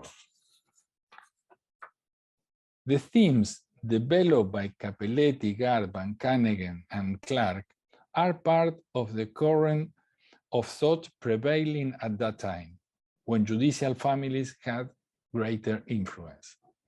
The third generation embarked upon a more collaborative task. In 1990, the Model Code for America was approved and is a symbol of cooperation between academics. I cannot fail to mention how relevant this Model Code is for Latin America these days. The good results achieved by Brazil's justice system are largely due to the adoption of this initiative, which was followed by a large number of the states in the region. I'm almost out of time, but I must mention the Hazard and Tarufo project that became the principle and rules underlying All-Unit RAT. Sturner, who is a key referent for comparative law studies, discussed the previous initiative of two law professors to refer to the work by Hazard and Tarufo. Finally, the European Rules of Civil Procedure, which were approved last year, are undoubtedly a very important element for our project. Before closing, as I must have exhausted your patience by now, I should like mention in passing the significant experience of the Bielefeld Group. They have produced two excellent works of general theory and comparative law, such as Interpreting Statutes from 1991 and Interpreting Precedent from 1997. The group was formed for the more prestigious philosophers of the time and a proceduralist and comparatist, who was Tarufo. You will observe in the index to the work that in addition to writing chapter on Italy regarding the precedents, Tarufo wrote about the institutional factor influencing the precedents. It showed how much procedural vision could contribute with a general theory. Fourth and least, balance between detail and generality. Now I shall fall silent and let the Borges reading replace me.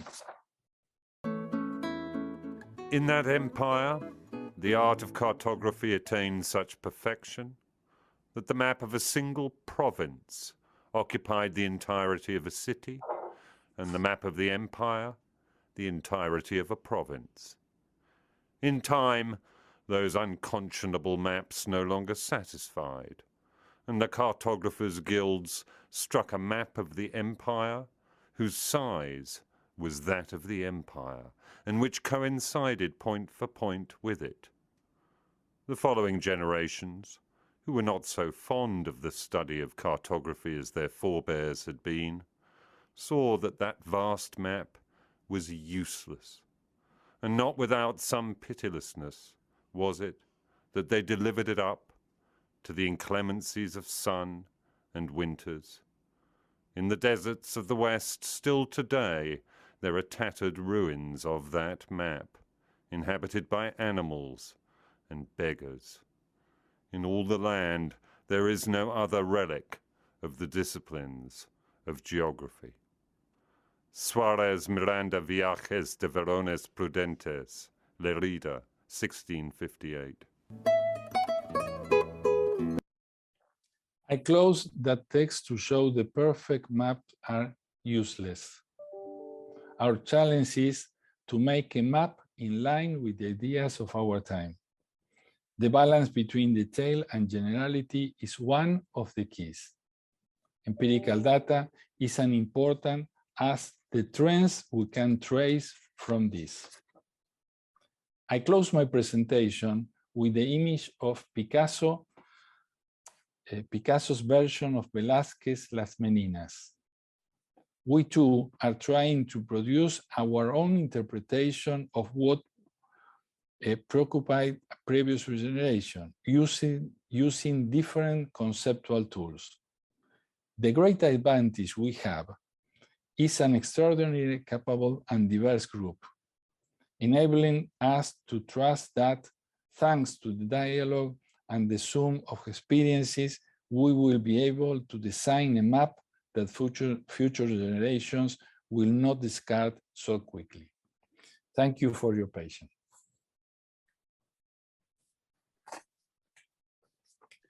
Thank you very much, Eduardo, for your marvelous and terrific presentation, highlighting so many challenges, giving us so many ideas for the CPLJ project. Thanks a million. I would simply like to kickstart the discussion by,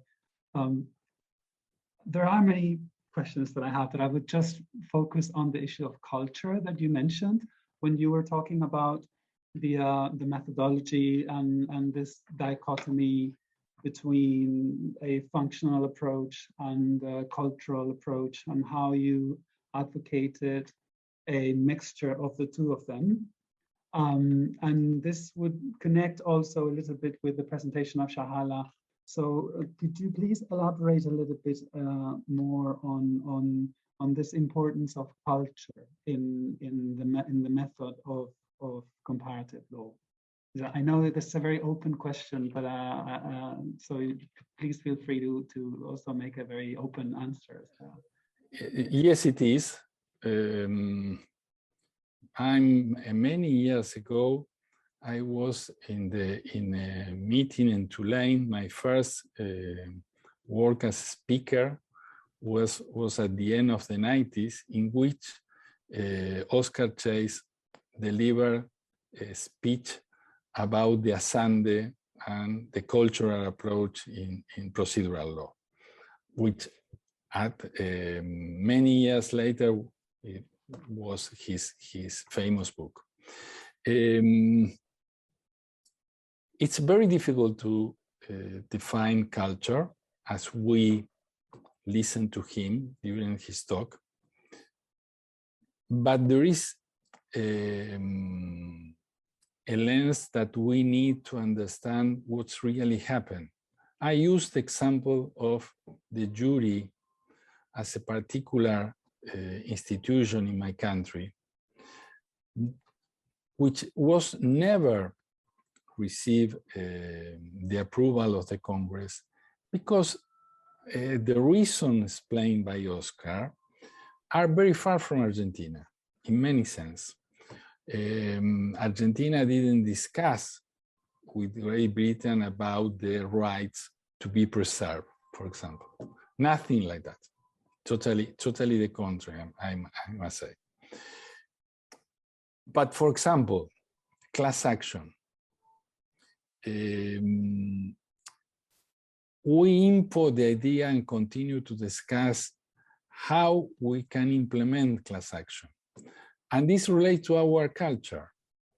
Because of the position of the court, because of a lot of reasons that I cannot give right now here, which are different than the ones used in Colombia for the same reasons, or the one used in Brazil. For example, in Brazil, there is The Italian academy has a lot of prestige, and because of that, they enact a code in which they pass the Class Action Act. It's a code, but for simplicity, let's talk about this. In these two places, the use of class action was totally different. You cannot explain this only through the eyes of the functionalism, trying to understand how this institution functions. It's not possible. If you use the cultural tools, it's more easy to understand the context and which are the results of this kind of institution that you try to import, or why not, this is not, they decide not to accept this kind of initiative. I'm probably quite vague, but there is no way to elude not be concrete when you are talking about culture. It's possible to construct about the idea of culture. Obviously, it's possible. It depends on the reasons you have, and there are good appreciation. It's the same like in history. How you really could sustain that a fact really happened in the dimension that you see in the past. We talk about several things through our eyes, which is really difficult to understand. It's part of the culture, what happened in that time. And there are minimalist macro analysis of history. We are on the same page, I think. Not a concluding remark, but a strong need to use this tool. Thank you, Eduardo. So now the floor is open for questions and comments. Maybe Sharla, you want to react to this cultural approach? Thank you. No, I learned a lot. I mean, I think I appreciated what you said about this sort of interaction of functionalism and cultural. I think that's a very useful framing. And I was also appreciating learning more about developments within Latin America, which is unfamiliar to me. So I really just don't have a question, but really appreciation. That's all.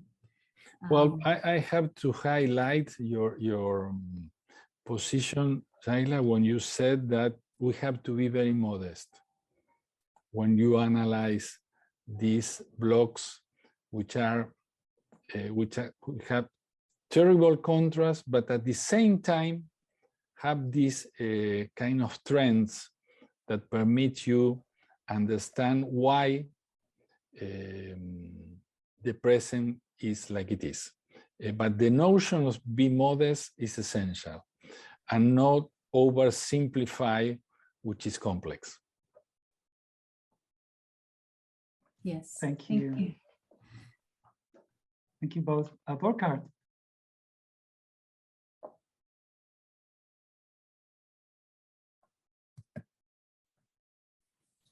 Eduardo, thank you very much. Thank you very much for putting CPLJ in, let's put it that way, in context. And you started with the idea how difficult it is to compare. And I think this is a central task and a central question for the whole project. We have to be aware that there are limits, that we are in a specific time, and we will come up with specific results. But I fully agree, the task has to be made, and we have to learn and to see where we are standing.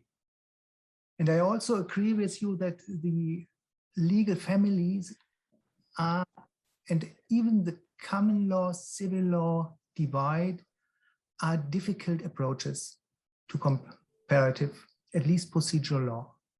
They are there to some extent, but if you go to the detail, you see that there is no clear dividing line. And for me, it's still an open issue whether we can finally keep on thinking in these families. This is the reason why we have gone a step further to regions. But again, this is a simplification or an oversimplification. But it might be a working approach, not the best one, but a relative one. And relativity was a very important idea of your speech. And I also found it very interesting, this idea of the different generations of proceduralists in comparative procedural law. And maybe there is a kind of progress over the generation. This is at least our hope as researchers and scientists. And the collaborative approach of CPLJ, to my opinion, is a great opportunity. And here we have seen that modern technology can also help us. But as you said, to some extent. And it is not a neutral project. I think this was also a very important point you made. You mentioned the rule of law. Procedural law is not neutral, and it is based on values like independence, impartiality, right to be heard, and many other fundamental rights and values too. And these values are in the project too. In this regard, I'm also very much opposed to the idea of a very relative point of view to be taken up. I don't have a real question. It's rather a reaction to, a first reaction to your understanding of CPLJ, which I share to very, very large extent. Let me say that you are not impartial because you are my friend. I'm not for good reasons, Eduardo. I'm not expecting for you a very tough questions. Let me elaborate on one issue that you mentioned, which I say a few words about this, and it's the different generations. And how different are we in comparison with what happened in the 50s, which also were a strong sense of cooperation between them. This was the end of the Second World War. There were a lot of ambition, and they understood that procedural law is an important object of knowledge. The difference between them and us, and I obviously prefer not to mention the terrible effort that our colleagues are doing right now. There are a lot of important works in progress and already done. I prefer to mention the ones that are not with us in this moment. And I mentioned this first stage at the beginning, at the 50s, the relative isolation between Merriman and Capelletti, which were icons of their time, as comparatives, as proceduralists, but more the relation between Italy, UK, USA, the problems are there. Nevertheless, Capelletti worked in the World Justice Project, and he's a very serious comparison. That was a different time. In my view, one thing that we have to see deeply are these two volumes made by the philosopher, because they accept the idea of jurisdiction. They work with jurisdiction. But at the end, at the beginning, they formulate the trends without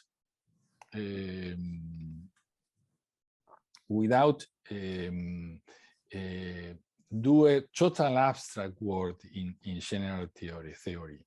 They work about the experience of the jurisdiction and try to put this on trends.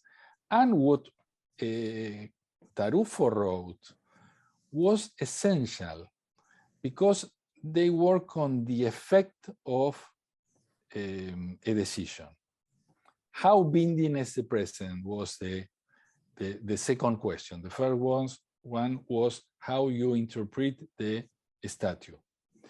When you arrive with the question of how binding is the precedent, you need to know about the institution itself.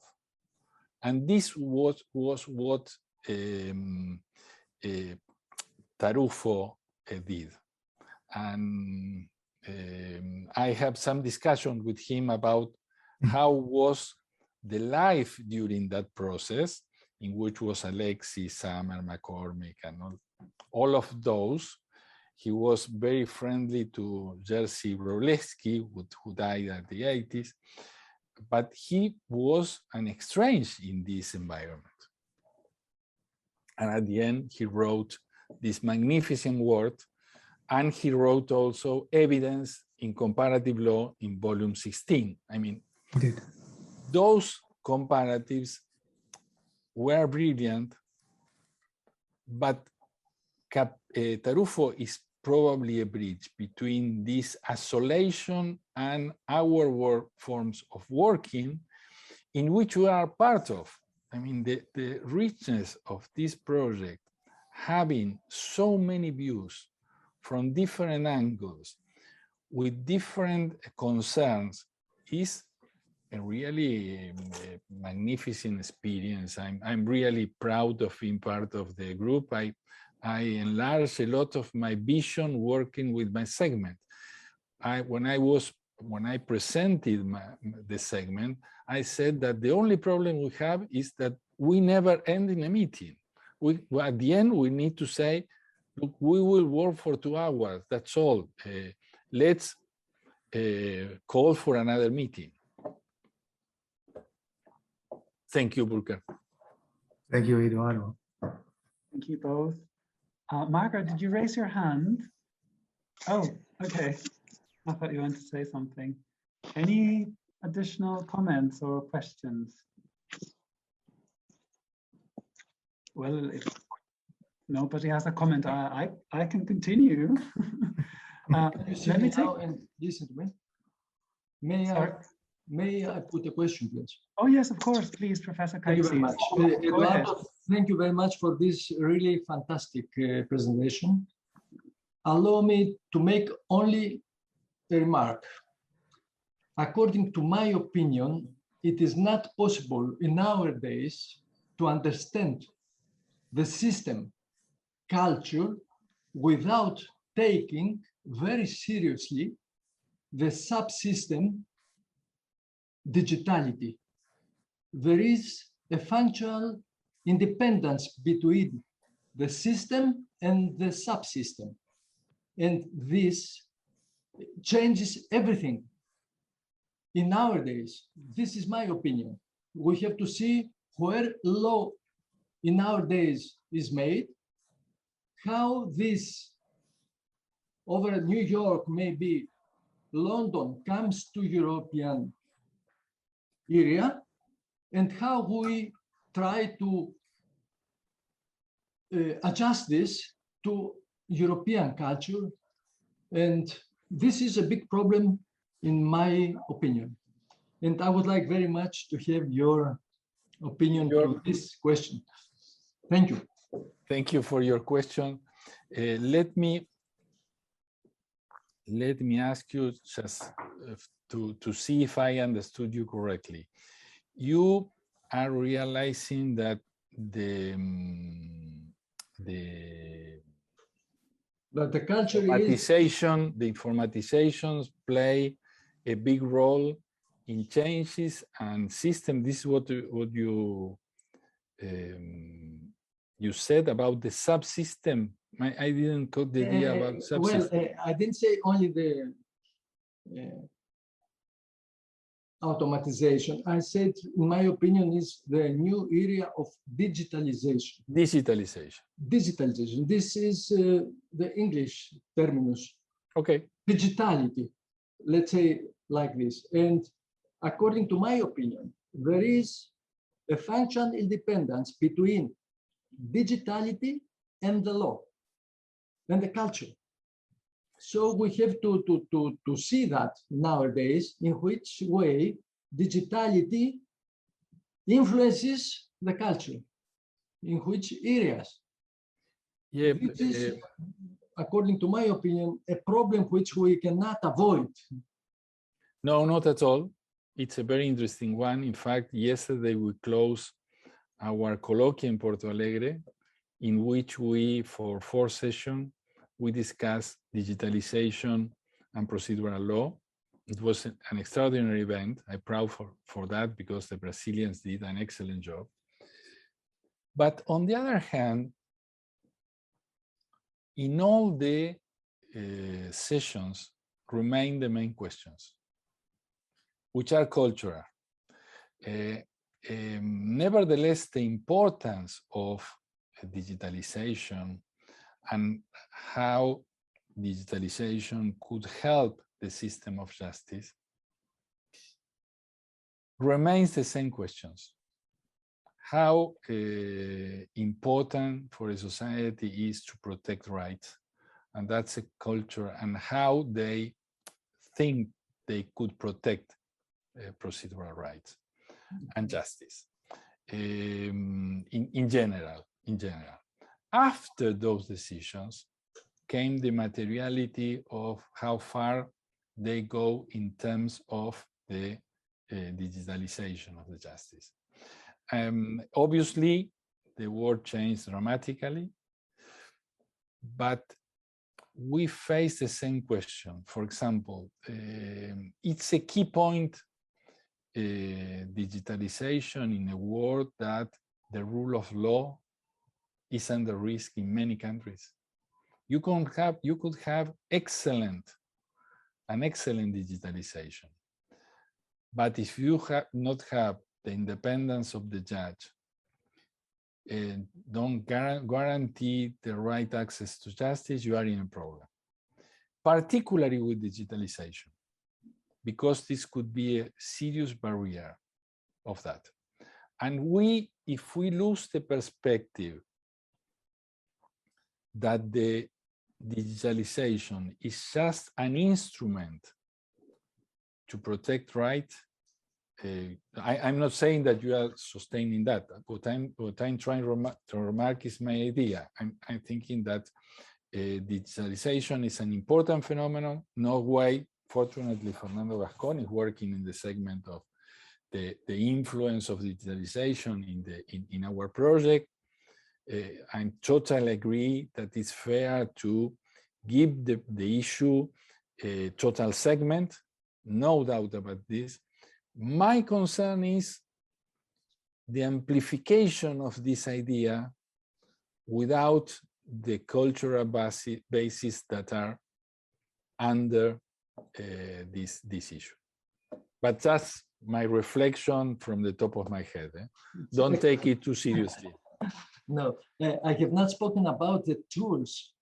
I mean, the digital tools, even in the case they are not only the simple tools which we use nowadays, even in the courts, even in the case which they are disruptive technology. I don't mean that.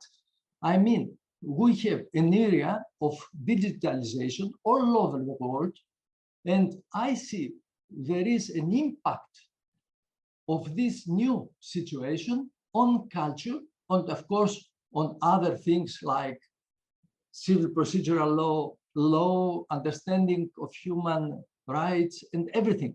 And this is, according to my opinion, a very, very big problem, which we cannot avoid to answer. Because digitalization is, we see that it's possible to see each other because on the basis of digitalization. This is something very new, very important. So allow me this remark, and thank you very much for a really very, very fantastic presentation. Probably you remember, like me, the excellent speech he gave by Margaret, in which in front of all of us said, you made a lot of contract to arrive to Kobe. Okay.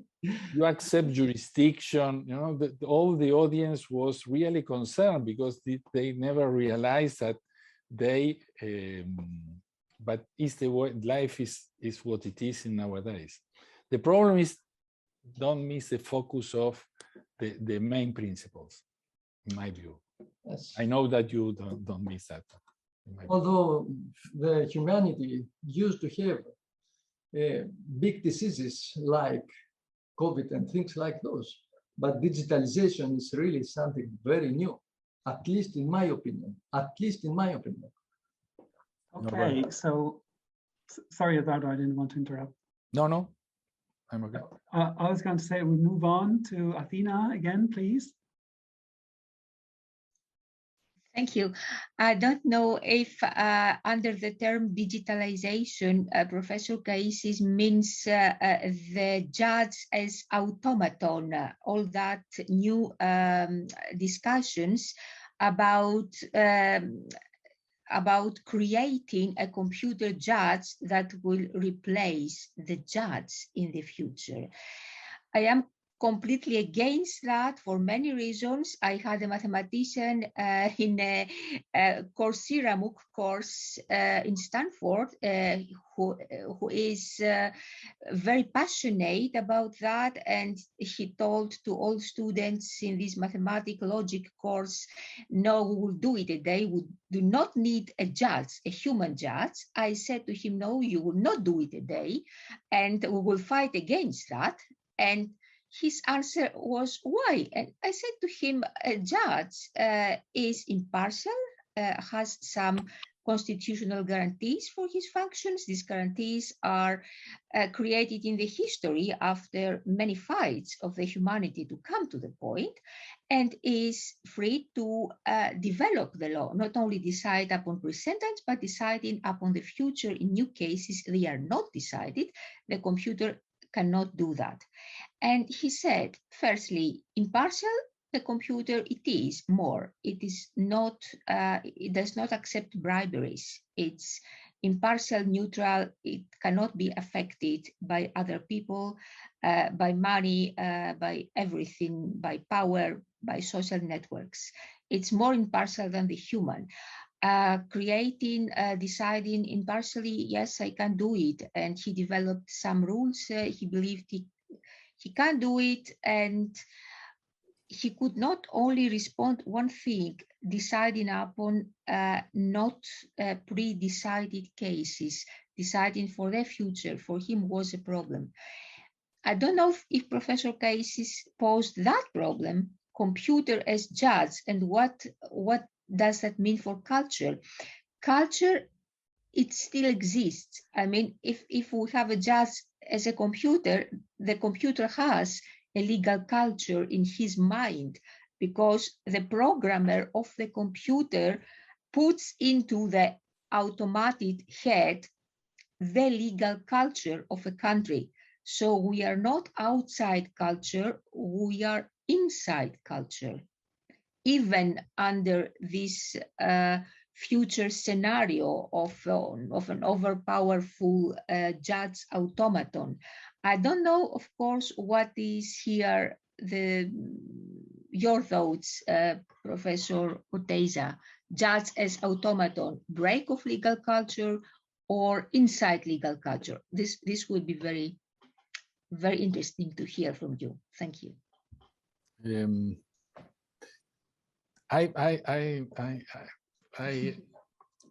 Following your line of reasoning, in which you mentioned my friend Professor Kaisis, and I think, well, that's for him. At the end, yes. For me. Yes. Do you think I have to answer this question? I can react. I can react. Okay.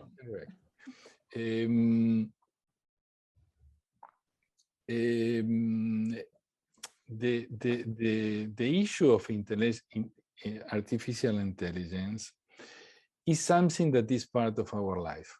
I think that we are going too much further when we think that this will replace the human judge. For sure, we'll interact, and depends on which issues and how. And as Saskin said, sometimes it's useful. For example, in Brazil, there are, if I remember correctly, 70 million cases pending.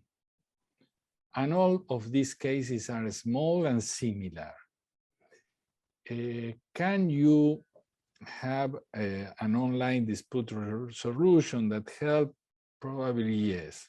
For example, for Supreme Courts, and I know that Leandro Giannini is with us, the analysis of a filter through this kind of mechanism could be useful. I'm not denied a place for artificial intelligence. What I'm saying is we have to be very prudent about the use of this. We cannot object only with the argument that we have the right to the human judge. For some things, I absolutely agree. For others, not. But it depends how the culture, this is my reaction, tends to protect the due process at the end. Obviously, you are totally right. Could be a lot of abuses, particularly with the people who diagram the artificial intelligence. We need to take control of that. It's a very serious issue, but at the same time, we cannot use a system to go from one place to another, knowing the exact time in which we will arrive, going by bus, by bicycle, or by car, and at the same time saying this will not play any role in judicial activity. I think that we have to very seriously examine for what and how we will give a place to that. Thank you, Eduardo. Casey, I don't know if he wants to respond. Sorry to react. We're coming close to the end, and I cannot help asking a last question, if you allow me. So I would kind of cut the discussion on digitalization and artificial intelligence here for now, because we're running out of time. So please excuse me that I'm cutting this down. Eduardo, you quoted at the beginning Roscoe Pound, highlighting how important is what is compared. So this issue of comparability, what we can compare. Further on, you made the point of rule of law. And I want to ask you, are we able to compare two systems when the two systems have a different view on what the rule of law means? And the example of judicial independence and the understanding of judicial independence might be a good example, maybe. Can we then compare the rules on judicial independence in a Western type country with the rules on judicial independence in a non-democracy, one of those countries that were highlighted as non-democracies in your map? Is this possible to some extent? And taking up the example in China, for example, Shahala, at the end of her presentation, she talked about the growing importance of neutrality as a notion. So could this notion of neutrality of adjudicators in Asia could be comparable to the notion of judicial independence in the Western type countries? And I would, again, it's a very open question, but on comparability, but I would like you to close the webinar with a short answer. Thank you.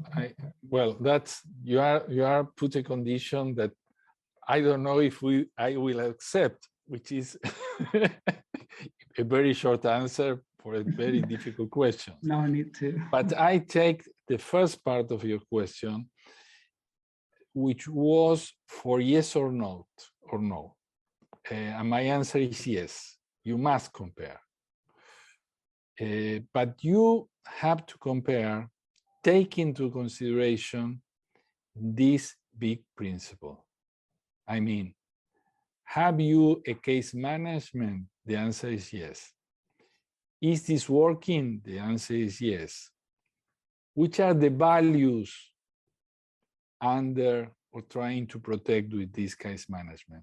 And there you can start to examine the principle, which is there is a respect of rule of law.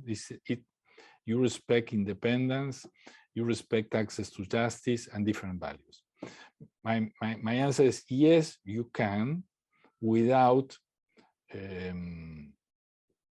elude the other questions. Because if not, sorry, Margaret, if you decide not to answer those questions, you are analyzing technicalities and not the values behind those answers. Margaret, you can close. Oh, no, it's not a closing. Well, maybe it is a closing. I just want why not? Why you are the editor? Why not? Yeah. I just want to emphasize the importance of that question, actually, Henri, because right now before the Supreme Court, the U.S. Supreme Court, we have a case that is challenging Roe v. Wade, which is the case that established the right of a woman to have an abortion.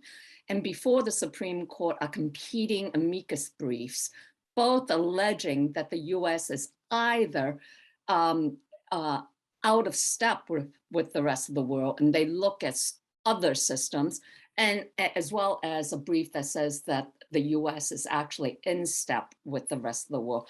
And it all depends on the brief, the countries that were selected for comparison. And it does bring into the idea of, do you only compare similarly situated countries, or do you compare also non-similarly situated countries? And so it's actually a very, very live issue right now before the Supreme Court. And so we're grappling with difficult questions. Can I add 1 minute more? We cannot oversimplify also the question of democracy. Mm-hmm. On purpose, I compare two different maps in which the image shows different evaluation of democracy without too much gray inside, too much tolerant with the denial of rule of law. We have to be very conscious what we are, which context we are analyzing and how far the rule of law is respected. Thank you. Well, thank you very much, everybody. We are out of time now, but I take your words, Eduardo, impossible but necessary. Mm-hmm. So let's do it. So thank you very much, everybody, and we hope to see you soon. I am announcing that we will be having an 8th CPLJ webinar on the 28th of January next year. And we will have the pleasure to have Professor John Bashako from the University of Yaoundé in Cameroon. And he will be speaking about the perspective of the Ohada region. And we will also have the pleasure to welcome Professor Sami Bostanji from the University of Tunis in Tunisia. And he will give us insights about the perspective from the Arab countries. Thank you very much. I hope to see you all then. Thank you. Bye.